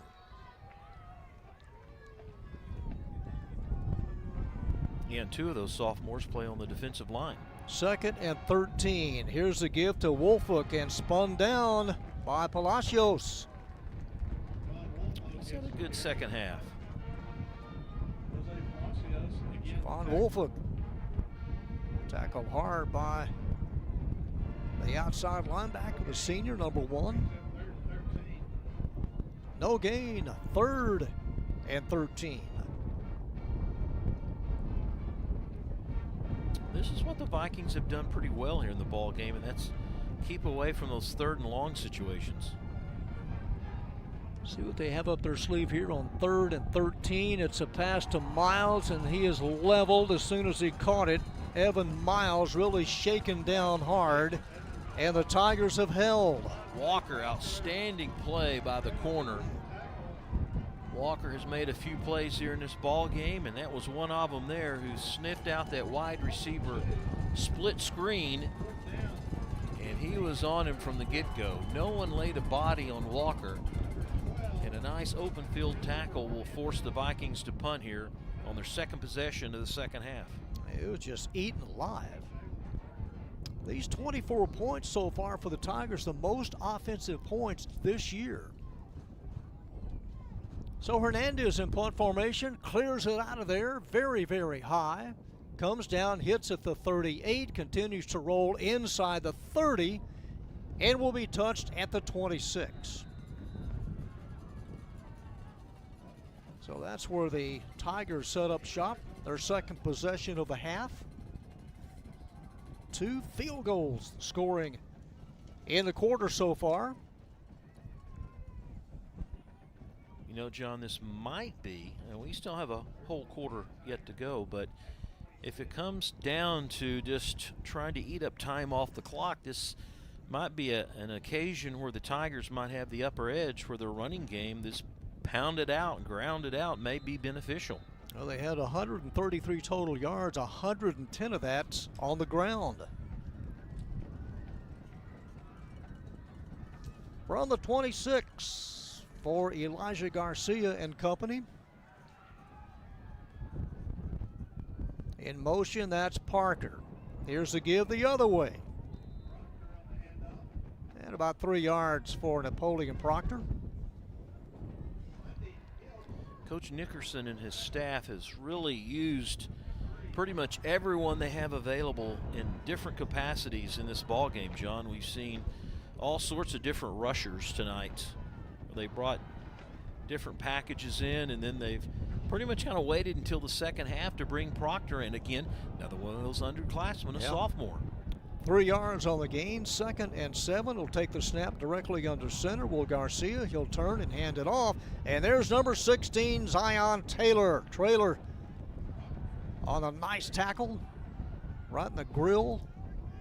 He's been forced to play a little linebacker tonight. Castillo out with an injury, one of their key players, and so Zion has been called upon to make up for that, and you watch him get past a player, make a tackle, wrap him up. Yeah, throws down Proctor pretty hard. 3rd and 7.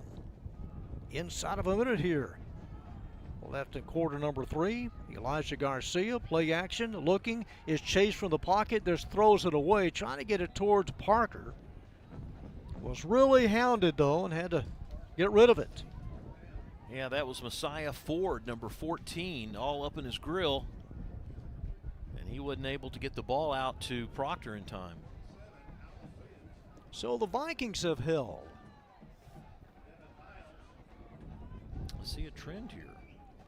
You see something shaping up? Well, the trend is if one team gets a field goal, so does the other. If one team has to punt, so does the other. Allen Williams fields the low punt, able to get it out of there. Hits at the 43, rolls, and is down at about the 33 of Nimitz. Number 7 quickly downfield, eye on Lewis. And the 3rd possession for the Vikings here in the quarter. Started from the 31 to 39, and they'll start this drive from the 33. Well, the key for the Vikings, just don't panic. You're only down by 1 point. You still have a quarter to go. That last possession, you just couldn't get your running game going, and then you had to punt, so did they do anything different? From the 33, a running play on 1st down, and 1 yard over right tackle goes Darian Contreras. See if that's the last play of the 3rd quarter, or can they get another one off? 16 seconds. There's Contreras. I can't say one end of the field gives you an advantage over the other because of the wind. It's pretty much non-existent. 2nd and 10. They do get it off. Wallace and batted down. Knocked down as soon as he let it fly. And all zeros, and we head to the 4th. 3 down, 1 to go. It is 24-23. Irving on top of the Vikings on our ICTN Game of the Week.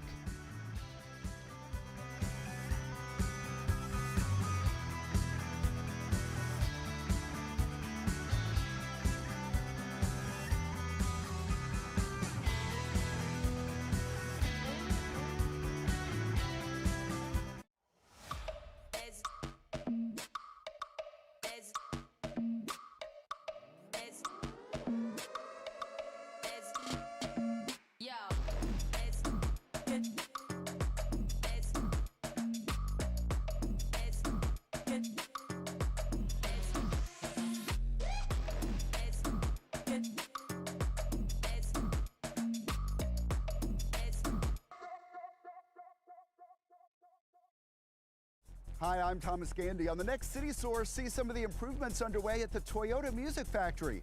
We'll also have these stories. The Irving Hispanic Chamber of Commerce is hosting its annual gala, and this year's theme is Boots and Bling. We'll have highlights. Also, some adoptable dogs have a... From the 33, that's where the Nimitz Vikings will begin this drive. Wallace drops back, goes down at the 25. Had 3 guys, couldn't elude 2 of the 3, and Wallace is sacked. Yeah, credit Jalen Parker, the senior, getting pressure on the quarterback and really disrupting Wallace to the point to where he could not get the ball off. Finally made the sack, and Lost the Vikings got a punt. Got to give it up. On 4th and 18, their 2nd consecutive punt. Christopher Hernandez, a low snap, gets rid of it quickly. And this one spirals out of bounds as they mark off the angle, not able to get it to midfield. And the Irving Tigers about to take over.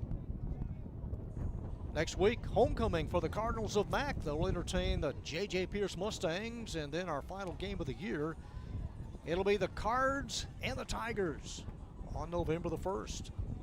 Our last look at the Nimitz Vikings this year. MacArthur defense better be ready because Pierce loves to go, go, go offensively. They'll throw the football to the bitter end. From the 47, that's where the Tigers start.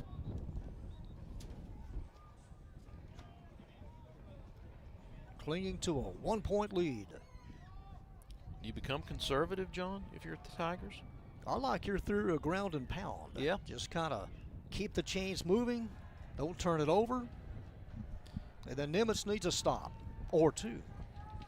Irving has definitely been alternating their backs throughout the ball game. They've done a nice job of that. Here's Garcia. It is a running play. Proctor ripping off big yardage. Number 3, Napoleon Proctor on the first play. Scampers out over the left side.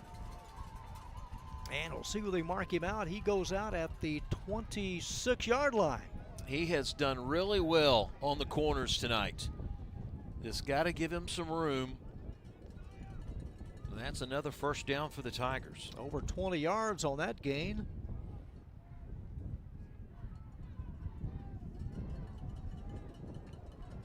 From the 26, tightly bunched. It's a keeper right up the middle. Garcia. And pulled down close to the 20. See, this is what Irving did really good in the first half, where they got some yardage going on the corners, going outside past the tackles, and then they come back and counterattack with something between the tackles. And they keep that same recipe. They may find themselves ahead again by more than just a point. Mark it inside the 20. Ball at the 19.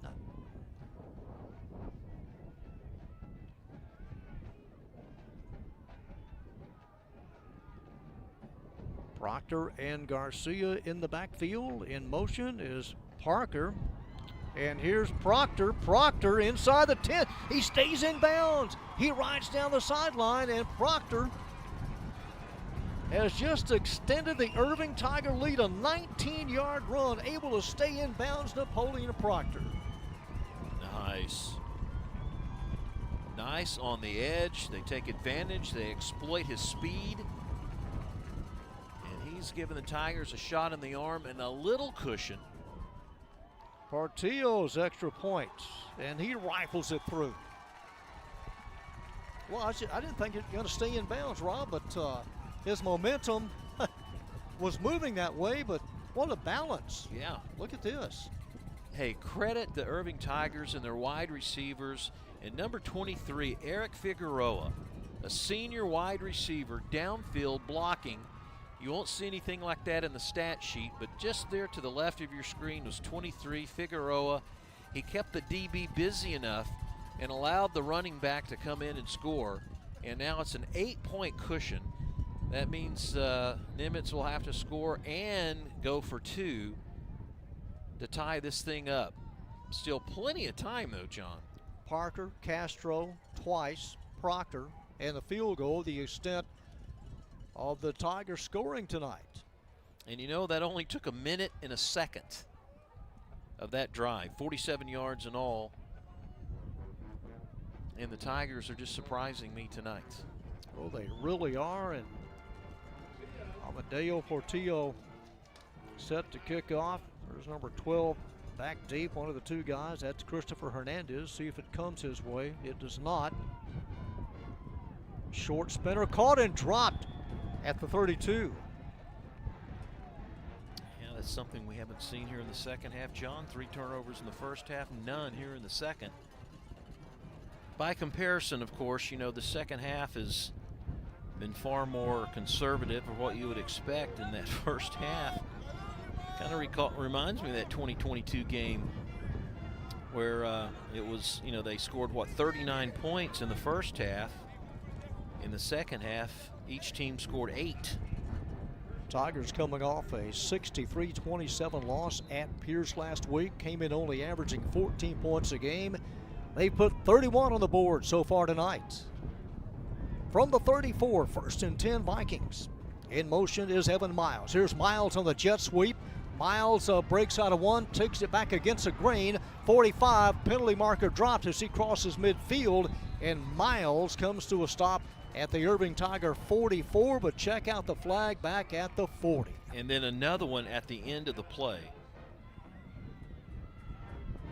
The first one's going to be against the offense.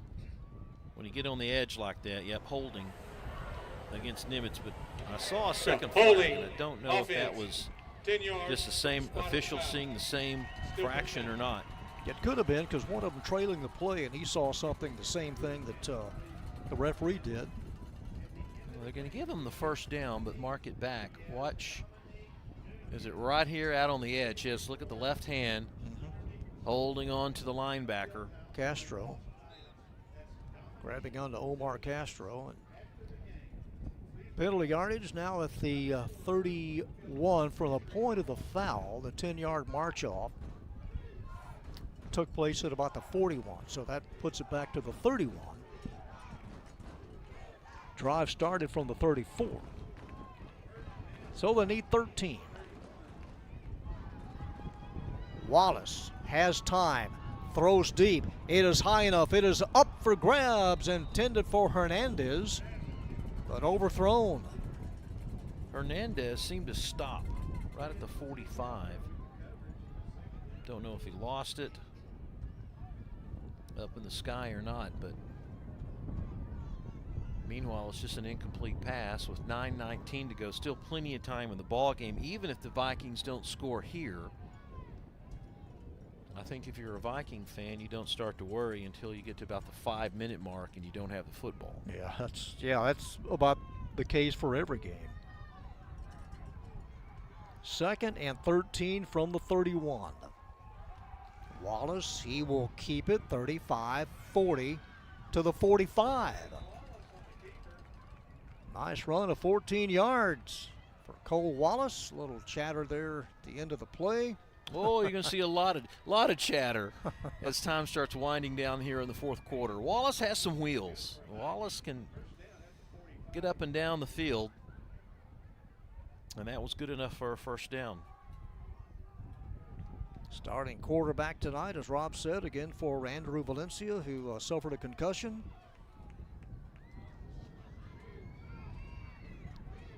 From the 45, 1st and 10 to the outside, still moving, crossing midfield and ushered out of bounds at the 49 is number 2, Javon Woolfolk.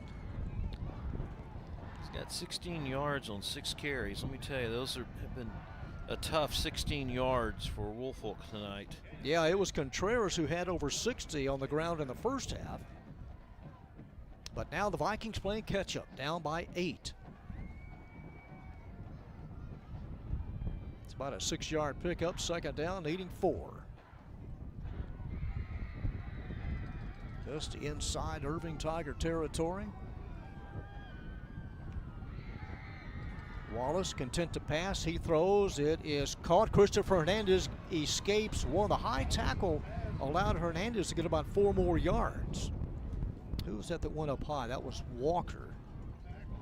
Went up high with the tackle. Hernandez ducked down and got a couple of more yards. You know, Walker's out there on an island. Look, he's all by himself. You don't make that tackle, it could go a little bit deeper.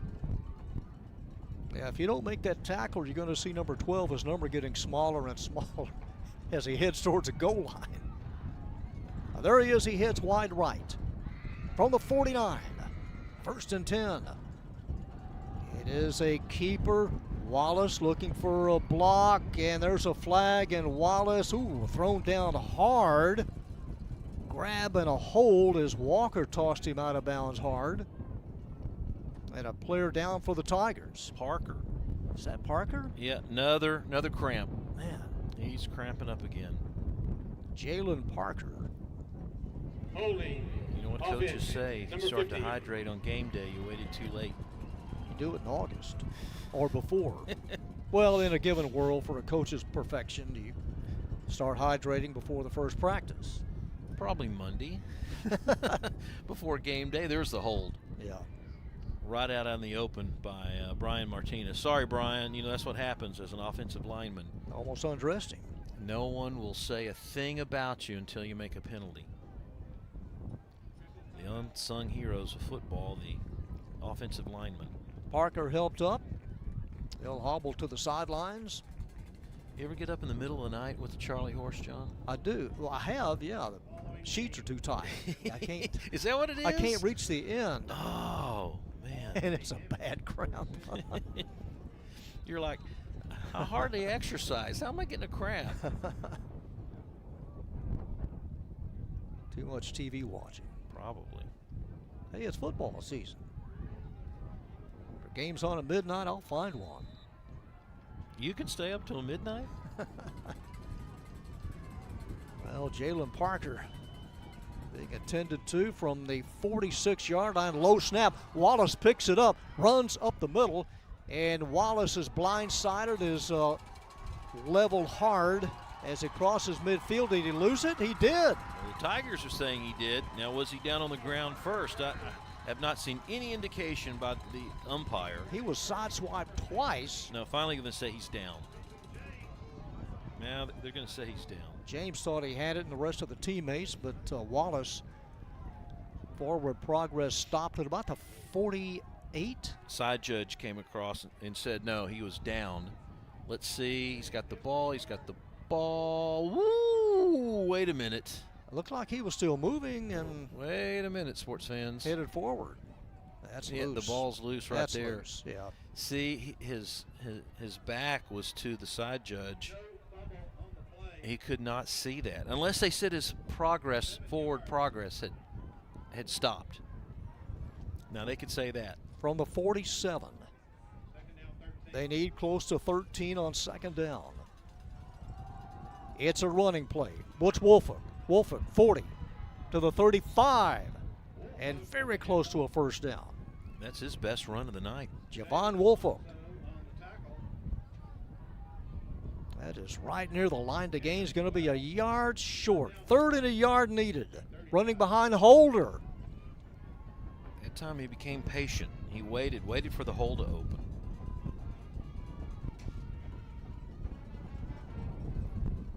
Third and a yard. 6:23 to go. Wallace will have a first down. Buried at the 31. Lost the helmet. Now, if he has to come out, he's the QB. Who's your back? He does have to come out for a play. That's the rule, and yeah, he's kind of upset. Unless they call time. I don't think he did. Unless Coach Small calls time, and you're right. They just got it in, so timeout taken, the first of the second half. Yeah, this drive is too important, John. I mean, now we're getting to that point with 6:12 to go. And not only does the Vikings, need the touchdown, they got to get the 2-point conversion as well to tie this thing up. They've marched 36 yards on this drive, their 4th possession of the half. Always fun when these two teams play, and here's the series dating from 2014. All Nimitz, except that one year in 2017. And as I alluded to earlier, from 2011 to 2013, the Irving Tigers had won 3 in a row. You look at some of the classics there. In 2016, it was a 10-point game. The game that Irving won, very close. And then again back in 2022, the Nimitz-Irving game, 55 points in all between the two, and only 5 points separating the winner and the loser. The 55th meeting between these two started back in 1969. Gosh, I was just in elementary school. From the 30, 1st and 10, running play, and a yard, if that, pulled down from behind by Omar Castro. If we gave away those like players of the game, if Irving wins, Castro probably would get my nod, just because he's played so well on both sides of the football. Proctor's been, he's been relevant. Yeah. From the 29, 2nd and 9. Wide right, Christopher Hernandez. Keep an eye on him. Wallace. Oh, it's going to be run, and Wallace is met hard in the hole and shoved back. He gets a punishing 1 yard. Was it Holder, number 8? No, Alonzo. Excuse me. Holder's on the other team. Alonzo, the senior linebacker. Boy, he hit him hard, didn't he? 3rd and 8. Shook him down very hard. This is a key moment in this ball game for the Vikings. Clock moving, approaching 5 minutes. 2 down territory, I'd say. In the red zone plus. Trailing by 8. On 3rd and long, a low snap picked up by Wallace. Just hurls it deep, hoping someone is there, and he is! Miles! Oh, my! Evan Miles!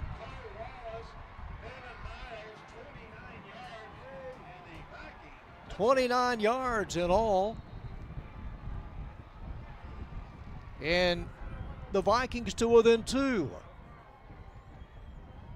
Well, first of all, credit Wallace for keeping his cool on the low snap. And then he just let it rip and let Miles do all the work. And at 6'1", he used every bit of that frame to go high and grab the touchdown at the back end of the end zone. And now here we go for the 2-point conversion to tie it. All right, Nimitz to try to tie it up. Hernandez and Miles wide right. Cole Wallace. He takes us and hold everything. Did the Tigers take a timeout? Yes, Coach Nickerson ran down the sideline. He halts play. Said, this is important, he said. So Yeah. this is, hold on. First, here again, there it is. Bounces to Wallace and then just lets it rip. And look at Miles go high up in the air. He was going against Kamari Dove, one of those sophomores, a young guy out there with not a lot of experience. Let Miles get behind him. And Miles just stretched as high as he could and comes down with it. What a nice play by Miles. Miles came in with already 2 touchdowns on 3 catches, so now he's got 3 touchdowns on 4 catches. How do you like that percentage? That's a big book on that for the impossible. When did we ever see 2 field goals in the 3rd quarter, the extent of scoring? That's what these kind of games do, John. They just bring out the best in each other, and they play so well. Do you throw to Miles again in the corner? Well, throw a jump ball? how about a sweep, maybe? Well, I see they got Holder in there. Isn't that Yeah, Holder on the left he's side? the H-back to the left. Here's Wallace. Looking, scans the secondary, throws. It is caught. There is Holder. And we start over. Holy cow. We start over at 31. Miles is down. Is he hurt or is he cramping in the background? I hope he's okay. That 2-point conversion, they had Hernandez. He had him open, and he didn't see him. Yeah, Wallace did not see him, and I thought, oh, you passed up the opportunity. Watch again. It's going to be number 8 that he flips it to right there. Oh, you can see. Yeah, look, well in Miles in the front. background. I think it's another cramp. Yeah. From the end zone, from behind the end zone. Great look. See, he's already hurt right there, Miles is. But look at here, Holder going up. Knew he was going to get hit. Concentrates. That's a good shot. That's how the secondary sees things when you roll out. And able to cash in the 2-point conversion. What a fun game, Mr. Nilsson. Boy, it was 21. It was close enough at halftime, 21-20.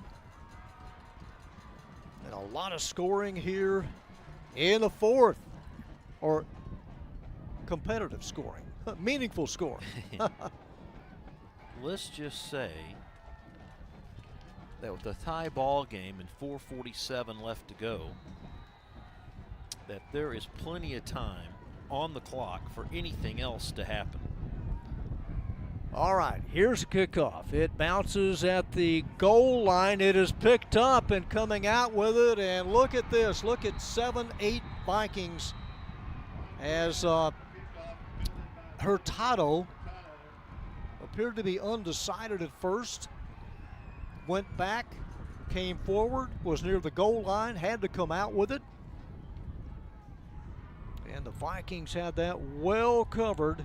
Jalen Harris, one of many downfield, number 21. You know, don't want to beat a dead horse about this, but this is another sophomore. Going to mark this at the 5.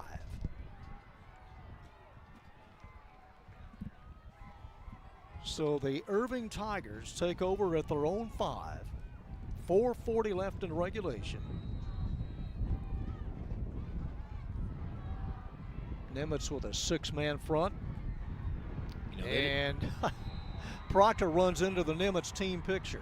yeah, he just wants some breathing room. That's all. They just want to get him out there with some breathing room. You know, going back to that kick, you know, he was at the 1 when it bounced and hit him in the chest, so he had to run it. Unfortunate for him, and for the Vikings, fortunate for them. If they can hold Irving, they'll have enough time to try to get the game-winning points. It's a gain of a yard. 2nd and 9. Elijah Garcia turns, hands it off, and maybe 3 piled up at about the 8. For Castro, I mean, that's a pretty safe play. I mean, you're inside your own 10. You don't want to turn it over. You don't want to make it easy for your opponent. But at the same time, you're trying to work yourself out of a jam, get some breathing room, get a first down, and keep the drive alive. Each team with 2 timeouts remaining. 3rd and 6. Garcia takes a snap from the 5. Drops back, looking over the middle. They're covered. Now scampers out and loops it towards the direction of Figueroa. But it'll set up 4th down. So the Vikings have held. You know, Garcia pretty fortunate on that play. Very lucky. First of all, when they fake the handoff, he gets about a 3-step, and all of a sudden things are collapsing all around on him, and he cannot plant his foot. He throws as he's being hit, and lucky for him, it goes out of bounds. Allen Williams in punt formation. Evan Miles back deep for Nimitz. Williams unloads. Pretty nice punt. Hits at the 45, rolls downfield 15, 16, about 19 yards on the roll. A very fortuitous roll for the Irving Tigers. Down to the 32. Nicely done. Nicely done. They're going to make the Vikings earn it with under 3 minutes to go. End up marking that ball at about, what, you said the 32? At the 32, yes, sir. J.J. Pierce and the Cards of Mack. Homecoming for Mack. Last game as the season winds down. A couple more left in the regular season. It'll be the last Friday game in October. From the 32, Wallace wants it all. Throws it deep, left side, and over Hernandez. One-on-one with Kamari Dove of Irving. Well, Hernandez had some space between he and Dove. Watch again. Plenty of time. Just lets her rip. The starting lineups on this team for Irving, they have 2 sophomores that are linemen on the front lines, if you will. They have 2 sophomores at times that play in the secondary. The Tiger team is very young. 2nd and 10 for Wallace. He will keep it and is pushed back hard. A yard gain, Holder right in the mix. Number 8, Alonzo. Jaden Alonzo. So the 2.5 to go. Tigers have done their job. So you look at it this way. What if they stop Irving? True. Stop Nimitz, and they get the ball back with a little time on the clock. Are you surprised that Coach Nickerson is letting the clock roll? Yeah, it's could be down close to 2 exactly before they get it off. A little confusion out there in the secondary. 3rd and 10. Christopher Hernandez is hit and able to lunge forward for a couple of yards. Jalen Parker, 14, came up from the corner, read the play, and I believe this time Coach Nickerson calls time. So they're down to 1. With a $1:58 to go in the game, and it's 4th down. If he has any type of punt return that he can play or call. Or do you send the house? Well, the last time, didn't Hernandez have to field a low snap and barely get it Twice. off? The Yeah. last 2 snaps have been low. So, yeah, that's an option for sure. You do risk, if there's no one back, that that ball can roll forever and you find yourself in a hole again. 4th and 8. They're going to drop back Jalen Parker.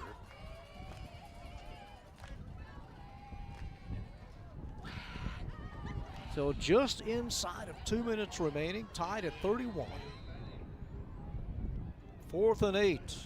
Hernandez, a senior, waiting the snap, a better snap this time. Gets it off. And this one headed to the right and goes out of bounds at about the 45 of Irving. So Hernandez did his job, able to get it out. So I'm gonna drive the guys in the truck crazy with this comment. Go ahead. When's the last time we've had an overtime game on ICTN? It has been a few years, Mr. Nelson. At least 5 that I can remember. I hate to venture to guess. 2010, 20. Yeah, 15 you're right. or- Maybe even longer than that. From the 44, 1 timeout to work with for the Irving Tigers. I think perhaps maybe they just try to work into field goal range. We've seen that for both teams tonight. Here's the sweep, and Proctor was well guarded. Yeah, they read that well. Perfect. They really did. They did a good job of keeping that in check, and it all starts on the defensive line, and Devin Reynolds. He loses 3. Devin, a sophomore. Man, we're calling out a lot of 10th graders' names tonight, aren't we? A whole page of them. 2nd and 13. Garcia rolls out and will go down at the 41. John, this has OT written all over it, buddy. Yeah, they're playing it close to the vest. I think they just do not want to turn the ball over and give Nimitz an opportunity to steal this away at the very end. The way they're just watching the clock go, it's 3rd down. Nimitz, they're not calling time. I'm kind of surprised they could stop it. No, I think they're going to let this thing roll Yeah, and call timeout when the play clock gets down to 1. Well, let's just say we're headed to OT. Absolutely. Extra football. In District 7 6A, there's the timeout taken. That'll stop the clock with 24 ticks remaining. It'll be hard earned for whoever comes out on top. Yeah, 21-20 at halftime. whoever loses is going to be very disheartened, more than than a normal game, if that's possible.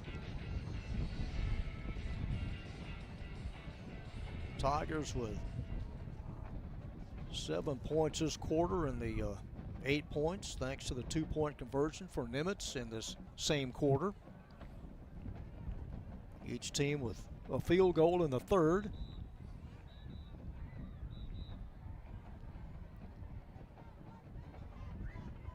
So here we go, 3rd and 13. As they try to spread out the right side, they got 3 receivers wide right.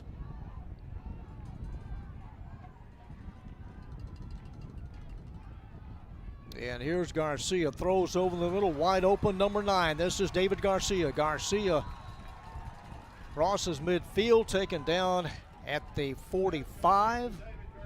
It's a first down. Tigers try to scamper up to the line, get this play off, but you have a Viking down. Just picked him up out of the corner of my eye. One of the Nimitz players is down. And looks like perhaps number 4, is it? Is it Jalen White? I think he's the linebacker. Yeah. It is White. So now you have to... That's an extra timeout. Yeah. So now you have to think. I thought that maybe Irving had already called a timeout before that. So now Irving's going, oh, why did we let the clock run down so much? Because now you don't have a lot of time left. We'll kind of go over those overtime rules as much as I can remember. Hello, fellas. Been a while. Yeah, I do know that the ball starts at the 25.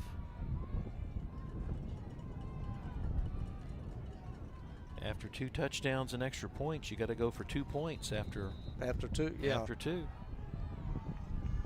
1st and 10. Elijah Garcia drops back, throws a deep ball. Well, kind of in the direction, well over the head of Jalen Parker, and that'll take it down to 6 seconds. So we'll see if they kind of flood the right side or flood the left side with receivers and give Garcia time to throw the Hail Mary. From where he is, it'd be about a 55-yard toss. They're going to bring Trayvon Lewis in as well. David Garcia is in there.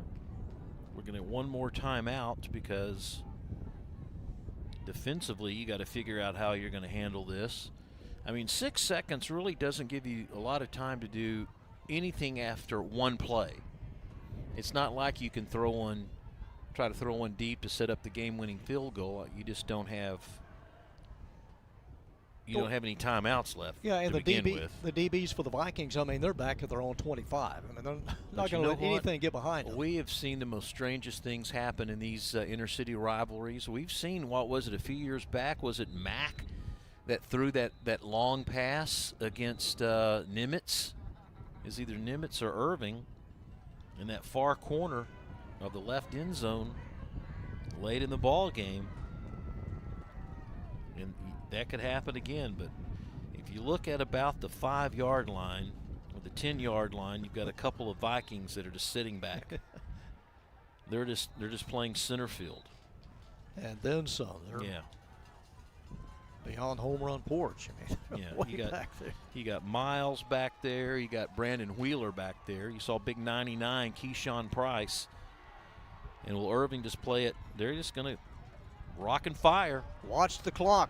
Down to 1 intended and a hard hit taken at the 10. That was friendly fire, folks. Wow, Napoleon Proctor in the mix right in Jackson's area. Yeah. Jackson. Yeah, Miles hit him. All right, all zeros. Extra football, overtime football tonight. In week 7, tied at 31. Overtime on the other side as we step aside for this break.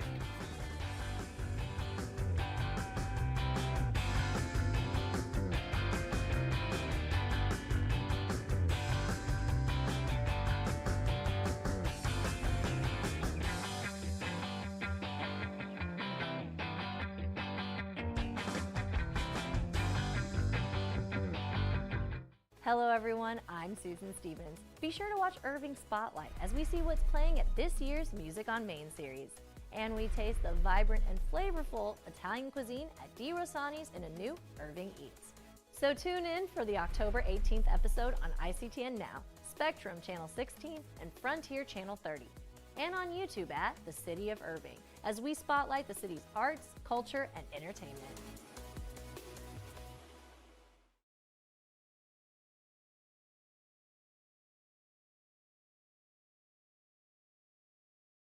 Step into the heart of Texas tradition with Momentous. Football, glue guns, moms, and a supersized high school tradition. This exhibit explores the evolution of homecoming moms. Learn about humble beginnings at the Irving Arts Center starting on October 19th.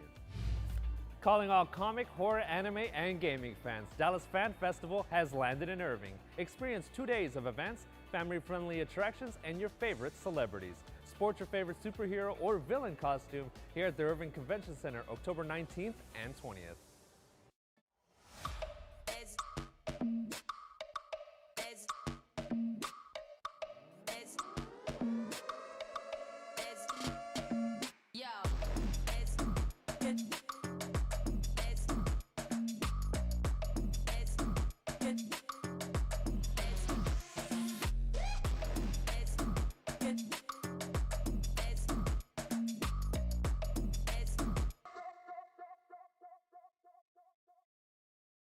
Hi, I'm Thomas Gandy. On the next City Source, see some of the improvements underway at the Toyota Music Factory. We'll also have these stories. The Irving Hispanic Chamber of Commerce is hosting its annual gala, and this year's theme is Boots and Bling. We'll have highlights. Also, some adoptable dogs have a fun experience outside of the shelter as a running group takes the dogs on the Campion Trail. And yes, there are some unexpected moments. Those stories and much more next time on City Source. That's at 6 p.m. on ICTN Now, Spectrum Channel 16, and Frontier Channel 30, and at youtube.com/The City of Irving for all of the important local stories and information we bring you on ICTN City Source. Bonus football tonight on ICTN. The coin toss has just taken place, and the Nimitz Vikings will have it first. So Nimitz will scrimmage from the 25. They have it at the south end of the field. Here's a keeper by Wallace. Wallace ridden down after a couple of yards. Thrown down by Jaden Alonzo. First overtime game for these two coaches in this district. Brent Nickerson in year number 2, and Anthony Small in year number 3. Each team gets one timeout. It's like you get the downs, and so when it becomes, if Nimitz gets to a point to where it's fourth down, they either got to go for it or kick a field goal. Quickly up to the line on 2nd and 9. Wallace out in the left flat, caught by Hernandez over the shoulder, gets away and take all the way down to the 13, taken down at that point, which could have been a game-saving tackle. Nice tackle. Walker came up from the safety spot. Look over here on the far sideline. Walker playing the corner at that time, and like you said, just tripped him up. Hernandez knows that he was a step away from giving the Vikings the first score of the game. Now, it's not sudden death at this point. Irving will get a chance to equalize whatever Nimitz comes up with. Miles to one side, Hernandez to the other side from the 13 on 1st and 10. And bottled up, trying to gouge out a couple of yards as Contreras. And still on the move. Contreras near the 5. At this vantage point, I thought they'd already said he was down, but no. Nice piece of running. We know that both teams can kick field goals too, John, so you got to keep that into play. Just to the right there, just keeps rolling. They look like they had him at the 10. Taken down at the 6. 2nd and 2. Javon Woolfolk, the running back. Wallace will keep it and stood up at about the 3. That's good enough for a first, though. It is another first down, their second first down on this short drive.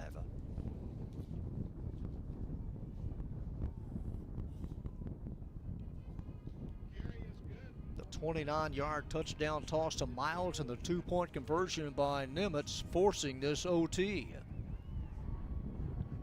I always thought that whoever scores first in OT really puts the pressure on the other team. First and goal. Wallace turns. Here's a handoff, and the Tigers are there to meet the running back after about a 1.5-yard pickup. Both Alonzo and Castro, two key players on that defense, the linebacking core for Irving High School, trying to keep them out of the end zone. So the Vikings trying to bust through here. Second and goal from the 1. Garcia Cordova 45, Jacob Henderson 52. The guys in the middle, but they got to go up against Jesus Mendieta. That's a tough thing to do. Wallace will keep it, denied the goal line, denied the double stripe. What did we just say about Omar Castro? Yep. Look at that guy. Put a star by his name tonight. Man. Bottom of your screen, watch 11. He just fights right through all the blocks, if he was even touched. Yeah. And Wallace had no room whatsoever, even trying to stretch. So here's the play brought in, 3rd and goal. Offensive line averages about 280 for the Vikings. Wallace, handoff. Tigers trying to stuff it back, and I don't see anybody calling touchdown. no, one of the players calling a TD, but it's not his call. As Coach Nickerson's out there saying he's down. Contreras hits the turf short. Oh, Coach. Oh, look how close it is. Oh, it's just inches away. Trying to follow that big offensive line behind Brian Martinez, number 50. He had, let's see. Okay, yeah. Tush down, you're down. I even think the ball is too close to the goal line, to be honest. I think it should be a half yard, not a nose. It's just inches away. Right? I mean, if you look at that replay again, it seems like the ball should be back just a little bit more. I think the Vikings get a break. Coach Small will be like, come on, Willman, what are you talking about? Brent Nickerson and the timeout taken. I mean, a huge gamble coming up here. Well, I don't know why you wouldn't want to run wide. I mean, but I mean, it is so close to the quarterback sneak and you're in. Now, if there's a mishandle or anything like that, then all of a sudden, all Irving has to do is kick a field goal and it's over. Cole Wallace, just take the direct snap from center and plow straight ahead. That's an option. Got a big offensive line. How many times do they take the snap directly under, though? Can they even do that anymore? Everything's in the shotgun. They've never been in this position before. I've never seen a football that close to the goal line. Yeah, he's going to take the snap from center. They're just going to push him in. They're going to push him in. No, he'll turn, hand it off. They go wide, untouched. Flag down here on the near side. He's pointing back toward Nimitz. Did they move? Was there an offsides? We've got a flag. Hold the phone, everybody. Legal procedure. Look at there, folks. It goes from the 1-inch line to the 5-yard and 1-inch line. And that changes the whole dynamics of what will the Vikings do. Movement, procedure on the O-line. Let's see, watch the right guard and the right tackle both. Maybe they both move before the snap.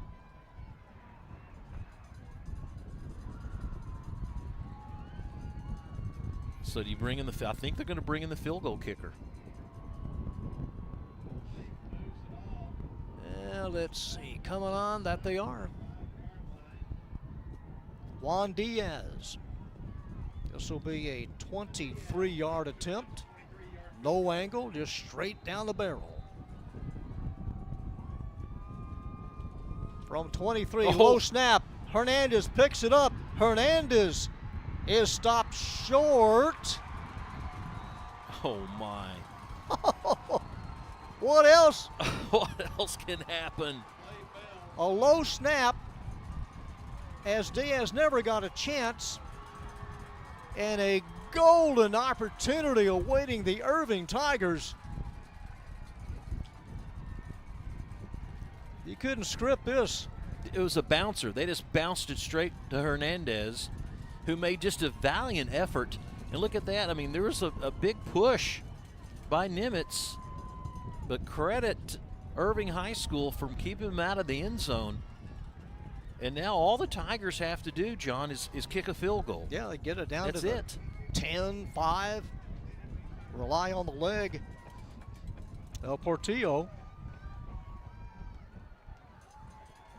So a chance for the Irving Tigers on Needles and Pinsaw at the 25.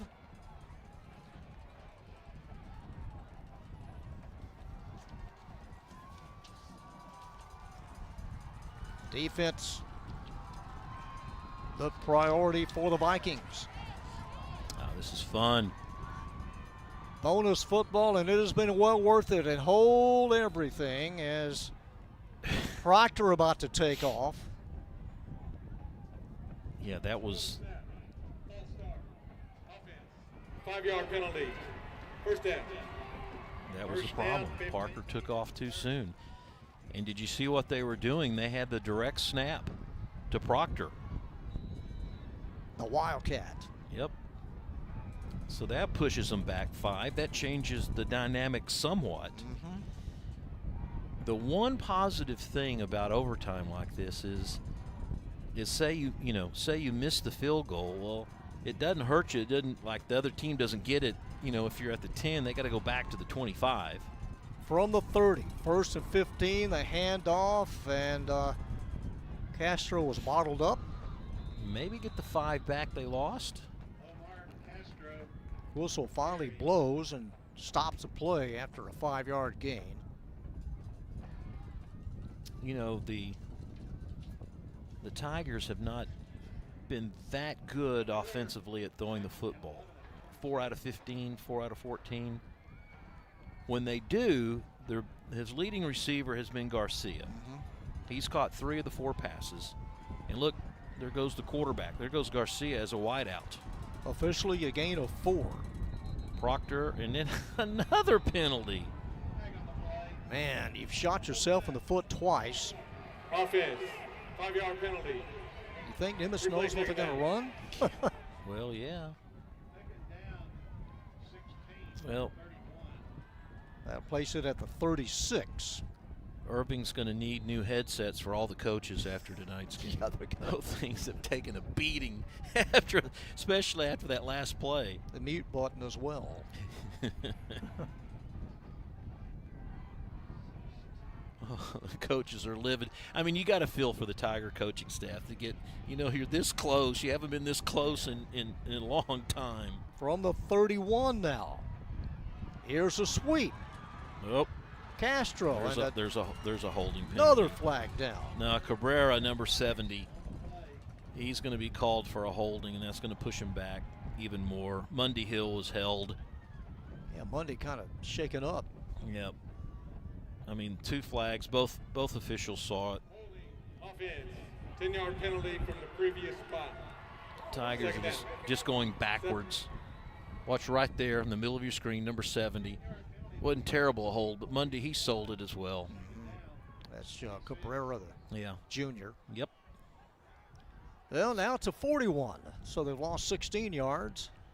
And nobody has the Cowboy kicker, Aubrey, so, I mean, this is his field goal range. Justin Tucker, bring him out. Sure, why not? From the 41. 2nd and a mile. Deep ball. That's a penalty. That's broken. interference. Oh, no. Man, double teamed, some contact all over Proctor. Did they say it was uncatchable? Nickerson's all he's halfway down the field. He's on the field. Maybe it's uncatchable. Intended for Proctor. Let's see again. Oh, no. He hit him a little too soon, John. Right there. That's a shoulder right to the other shoulder. Yeah, I mean, he was.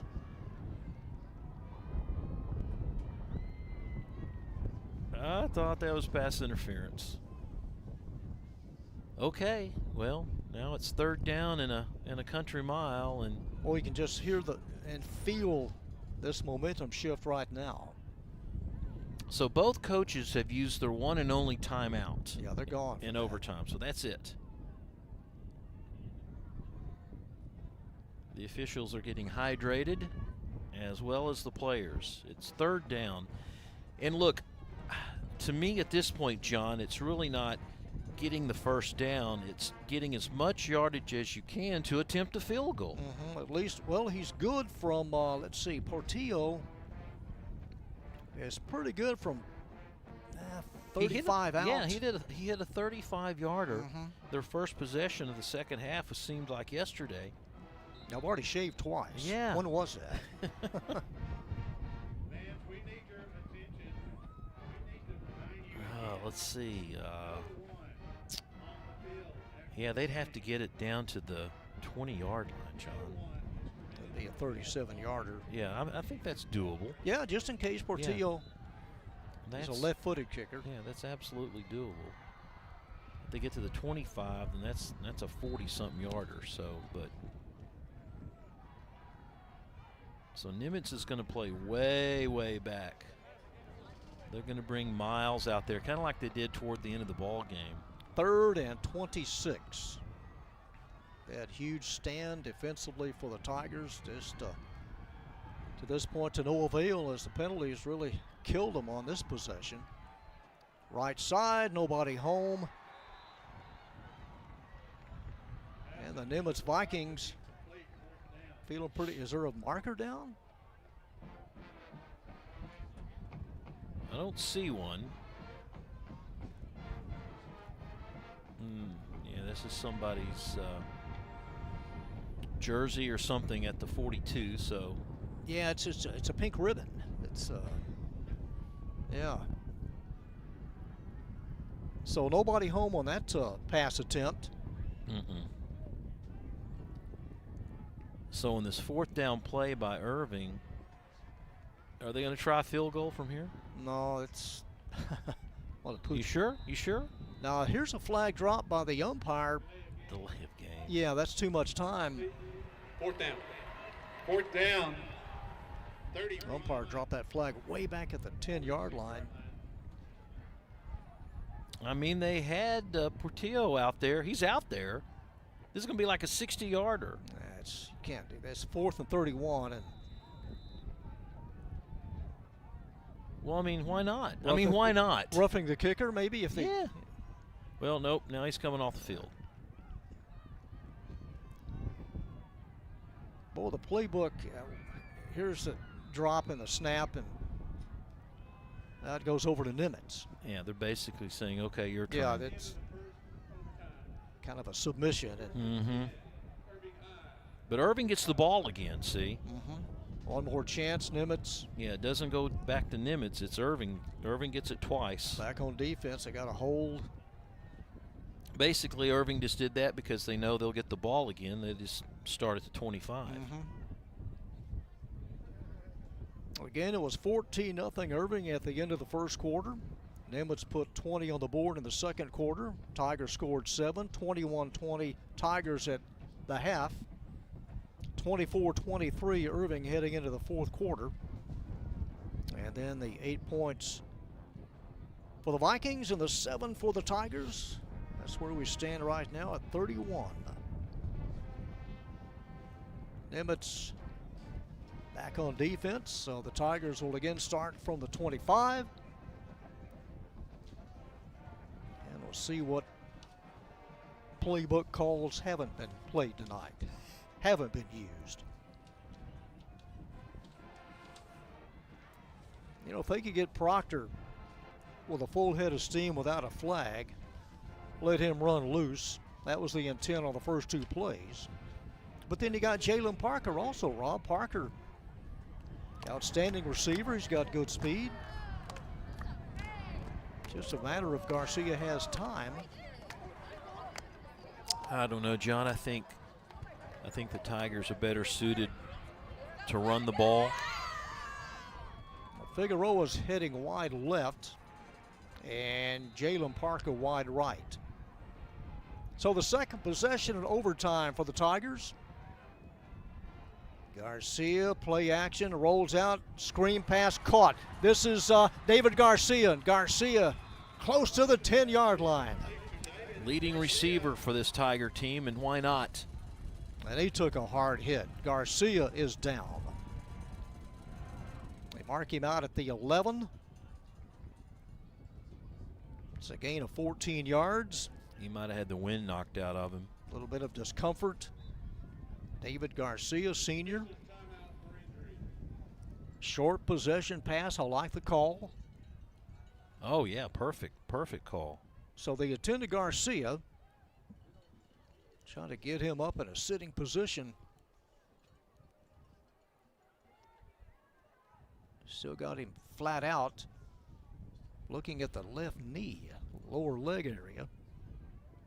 Don't know if he twisted it out of bounds or something in the catch and turned wrong maybe, and being helped up very gingerly. So number 9, David Garcia, escorted to the sidelines. A first down for Nimitz on this second possession. This gives the Tigers, John, their best. Or rather for Irving, as Nimitz drops back here. Gives the Tigers their best opportunity here in overtime. Not only is this the farthest they've been, they've also now earned a fresh set of downs, and they may go back to the run again. So here come the Tigers out of the cage, 1st and 10 at the 11. Got Castro back there. Garcia straight ahead, still moving to the 5. Stacked up at about the 4. Who would think a quarterback sneak would get you 6 yards? Mm-hmm. More than just that, John, I think it was just an element of surprise. As you notice, Garcia back in there, number 9. That's a good sign, David Garcia. Tigers can get a first down about the yard and a half line. 2nd and short. Garcia turns, rolls out, throws. It is short, but was it caught? Did Garcia make the catch or was it trapped? He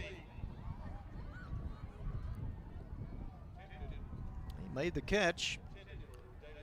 I don't know. Or did he? Short. They had 2 Tigers in the same vicinity of that. Both, Castro was there and Garcia. So it's 3rd down, and I would say if they don't get the first, go ahead and, there's the ball hitting the ground. Jan Bastillo in, number 33. Up to the line. Here we go. Running play. Lunging forward. Castro trying to keep us balanced. Head to the goal line, but a short. Isn't this ironic, John, that it's now the Tigers who have a 4th down and short? At the 1. 4th down and about a half a yard needed. So now it's the Tigers with the with the question: do we kick the field goal or do we go for it on 4th?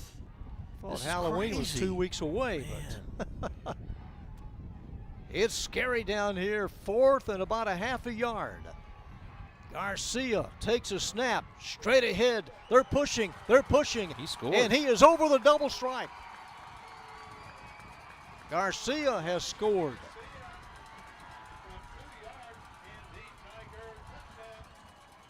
Officially 1 yard. It is 37-31. Now they don't have to go for 2 now. No. Are they telling them they have to go for 2? Indicated to. Now Portillo had come on, number 29. Now it comes out. Oh, this is do or die. I thought you didn't have to go for 2 until the second score.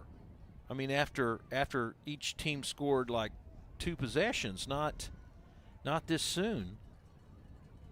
Right? Well, Garcia had held up 2 fingers as to immediately go for 2. Let's take a look at the snow plow. Yeah, look at Omar Castro, number 11, in a cast of thousands pushing him in over the goal line. But I saw the official turn and hold up two fingers like you've got to go for two, but that's not right, isn't it? You have two possession opportunities before you have to go for two. This is their second possession. But, I mean, it's after did the not second. score on the first. Yeah, it's after the second possession. Well, they're taking a head count. They've got the full complement of 11. What is your best two-point play? Well, nope. I stand corrected. You've got to do 2-point after the game reaches a second overtime period, and that's what this is. It's Castro trying to bounce to the outside, is stopped behind by number 16, Zion Traylor.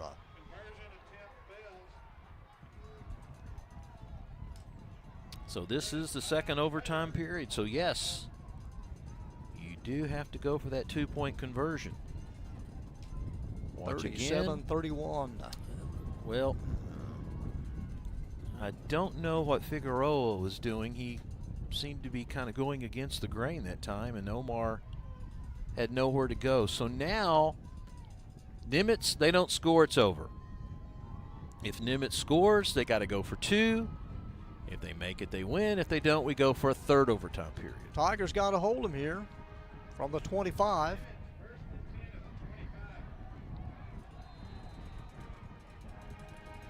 Wallace, he will hand it off. This is Contreras to the 15, to the 10.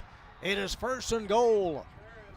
Darian Contreras scored earlier tonight from 37 yards out.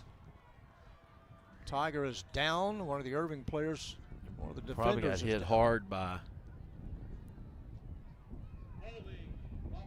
Yeah, it's right there, number 14.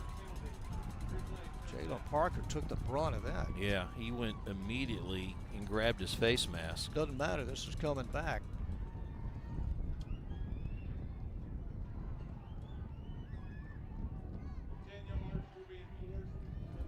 He grabbed his head immediately when he got hit. And I don't know if he got his bell rung. 15 yards. Or check it. Spot at the 31 for the spot of the penalty. Penalty, 15 yards from the spot of the penalty. Foul, yeah. So that places it at the 31. And Jalen Parker trying to gather himself together and will exit.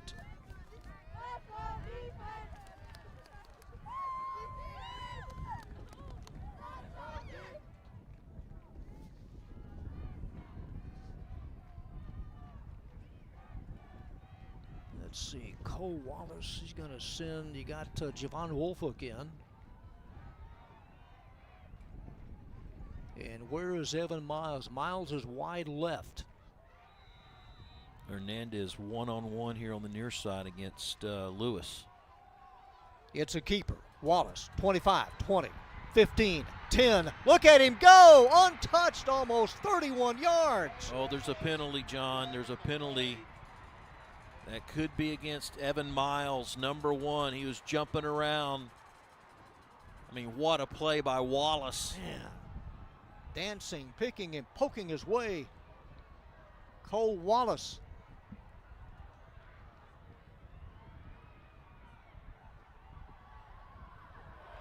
Got to hand it to the officials. They could be mailing it in by now, but they're not. No, they're right on top of things. And Offense there's a number hold penalty from the will be point of reversed from the spot of the the foul, which places it at the Still first 18. down. Well, all is not lost. It's at the 18. Watch number 1. I don't know if it's going to be in your screen or not. Yeah, he's at the other side. He's on the left of this, or right there. Get ready. Pushing the back. Yeah. Not much of a push, but Well, they called it holding. Watch again, right? See, pulls back like I'm not doing anything. But you see the yellow flag. There's a discussion about the chains where they need to be. Yeah, it was a push in the back. Did you see the official there toward the end? Where the chains need to be. It's a first down, and they only need about 4 to get that first.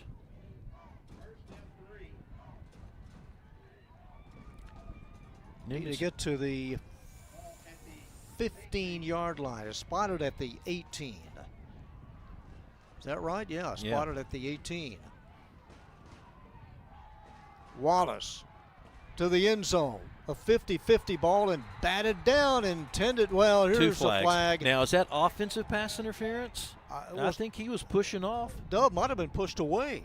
I thought maybe Miles might have committed that penalty and pushed He and Dove. pushed the defender away. They got locked up. Yeah.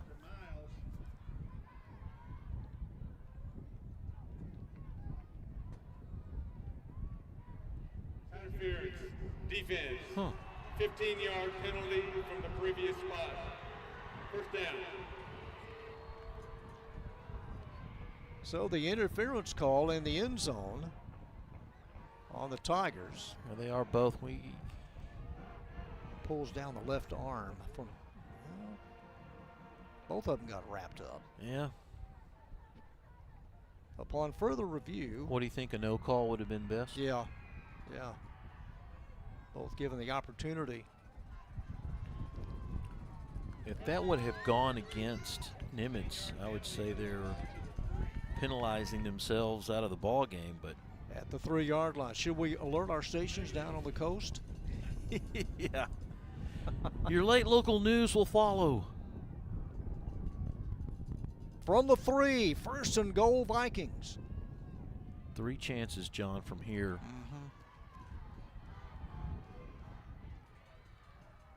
Wallace, handoff over the right side and short to the 1-yard line.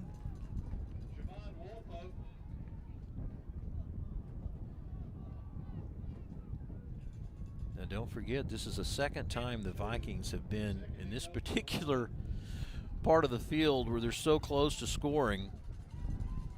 Number 55 coming on defensively. Figueroa. I think they go wide this time. Yeah, let's I really do. Maybe not. Holder's in there, number 8. And there He's he in. is. That familiar number 11, Darian Contreras.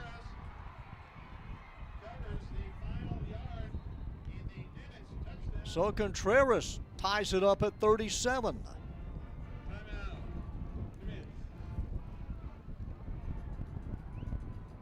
But they got to go for 2. So Garcia has scored for Irving. Contreras has just put the plug in the jug for Nimitz. And we await the Vikings' 2-point attempt. Keeps the body low, keeps the legs moving. They do a cross block where they send Holder to the right, Contreras to the left. Running behind 273 pounds, Mendieta, number 77. Oh, next week, will it match this one? Pierce, Cardinals. Cardinals defense, be on your heels, guys. The Mustangs love to throw the football. They come out of the corral and waste no time at all. And here we go for the win. So they're bunched up. Holder, Contreras, Wallace.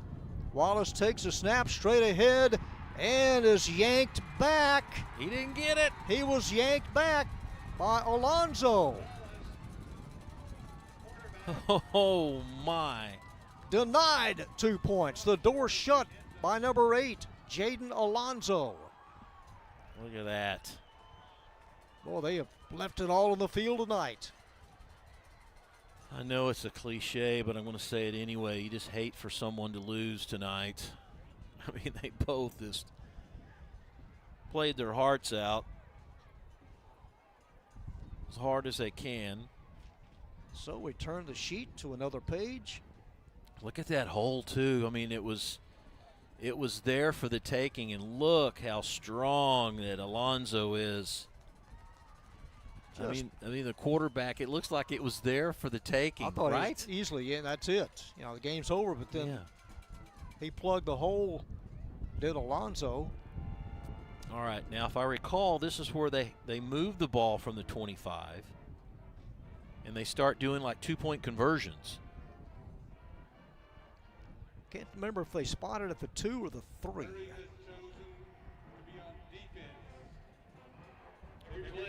So the Tigers, after stopping Nimitz at close range, they've got to do it again. Yeah, they spotted. I think it's where they the 3. Yeah. Yeah. And they just go back and forth until it's settled. Taking no prisoners.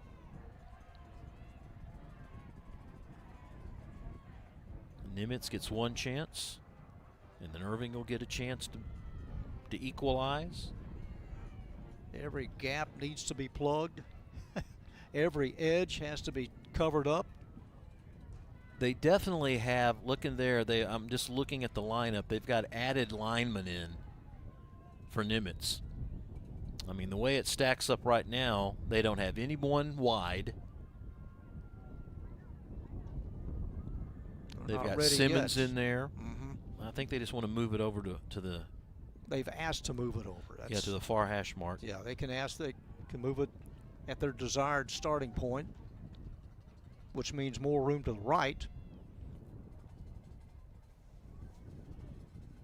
So Caden Holder stays in the backfield with Contreras. You pretty much have the goal line offense in there. Cole Wallace from the gun. Here we go. Zion Traylor also in, number 16. So here's Wallace. He'll take it. He'll run and takes a hard hit at the 4. Blindsided. Boy, Irving had that read well, didn't they? They did. Nywan Lewis, a sophomore, number 7. One of 2 to come in there. Trayvon Lewis, a sophomore. The Lewis boys. They kept the play in front of them. They stopped them. So now, here we go. All Irving has to do is score. It sounds so easy, doesn't it? How easy from 3 yards, from 3 yards out. Let's watch again. It's all tight. You knew what's going to happen. And also credit Parker. Parker, number 14. Able to bounce back after taking that hard hit, shaken up. So here we go, the Irving Tigers with a chance. Irving scores, it's over. Nimitz hopes to stop and keep on keeping. Elijah Garcia. Here we go. Here's the play. It's a reverse. And that will do it. What a call. A reverse, untouched. Jalen Parker. I love misdirection plays. Incredible. Incredible, John. It was well worth the wait. Oh, absolutely. They snapped the 6-game losing streak, overtime plus, and a happy bunch of Irving Tigers as they dogpile anything in black and gold. 2017, the last time these Tigers walked off the field victorious when they won 14-7. They do it tonight in dramatic fashion, 39-37 in overtime. The game just went crazy back and forth. Bonus coverage as the Tigers win their first game of the year. Now 1-3 in district. Nimitz also 1-3. 2017, the last time the Tigers emerged victorious. It took overtime plus, and they polish off Nimitz 39-37. Well, partner, this had everything. Man, it did, didn't it? I mean, it only makes sense that these two teams would play not one, but about 3 or 4 overtimes to get this thing in the books. It's going to be a good week of practice for the Irving Tigers, you know, picking up a first win. How long has it been since this team has won a football game? A long time, and I think the coaches very wisely are saying maybe forget the handshakes. I don't know. You know how. They're kind of headed towards their respective sides. Yeah, look out, Coach. You're going to get wet. Gatorade bath coming up, or is it?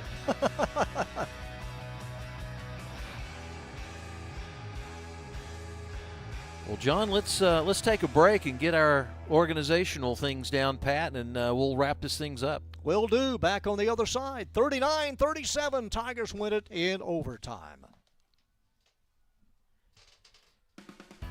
Holy Toledo. Tell you what. Oh. All you got to do is 3 yards. Can't get it.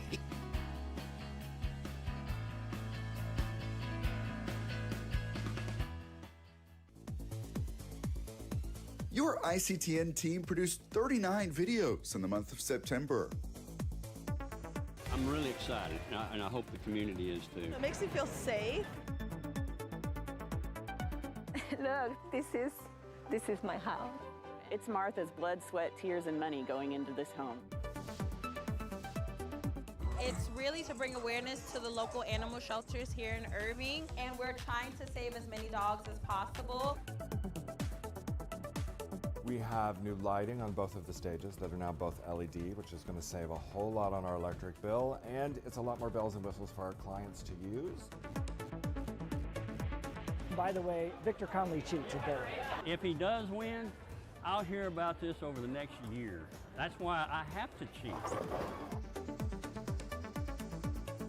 Exactly what goes on in this show that's set in the 1930s happens in someone's Instagram DMs or comment threads every day. It's just a great opportunity for the community to get together, and our donors love it. I mean, everybody is very generous with their pocketbooks.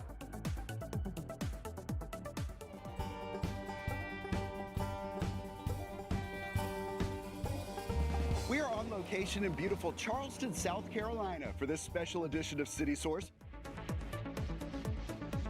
I was going to try to keep up with the lady that was first, but she was so fast. Man, keep going. Don't ever stop. Sweetness is a 9-month-old domestic short-haired tabby cat.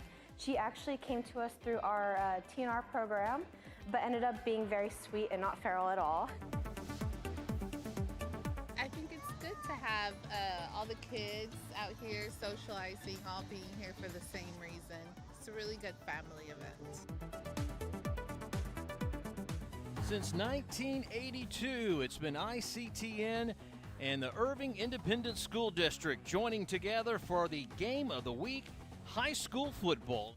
Stay up to date by subscribing to our YouTube channel at youtube.com/the City of Irving.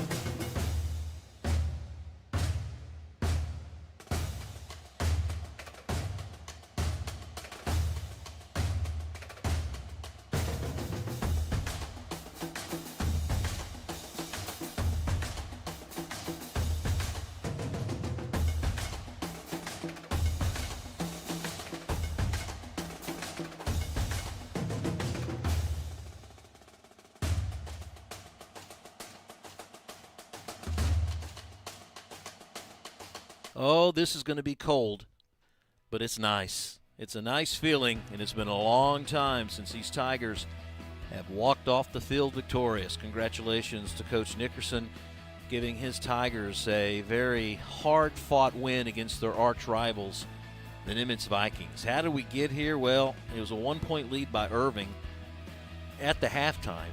They come back, though, and even though they're down at 1 point, they come back, and Proctor takes this run 19 yards out. They're up 21-28, and then back come the Vikings, and the Vikings with a 29-yard touchdown pass. And look at that play by Miles, outstanding. They got to go for 2 points. holder is there. They tied at 31, so we got to go to overtime. We went to about 4 overtimes, and finally they give it to Parker. Parker on the outside. He gets the 2-point conversion, and the streak is over, and the celebration begins, and the Tigers win this one tonight by a score of 39-37. I wish they could all be this way, John. They can't, but we enjoy it when we get it. You'd be hard-pressed to find a better game all year. Elation on one side, dejection, and just a bad feeling on the other side. But a hard-earned victory for the Irving Tigers. They stop the streak and pick up their first win of the year. Well, this has been a joy. 39-37. The lights are shining bright here at Joy and Ralph Ellis Stadium for the Irving Tigers. That'll do it for our outstanding ICTN game day and game night crew. The lights shining bright in Big D as well as here. For Rob Williman, this is John Nelson saying we will see you next week on our ICTN Game of the Week.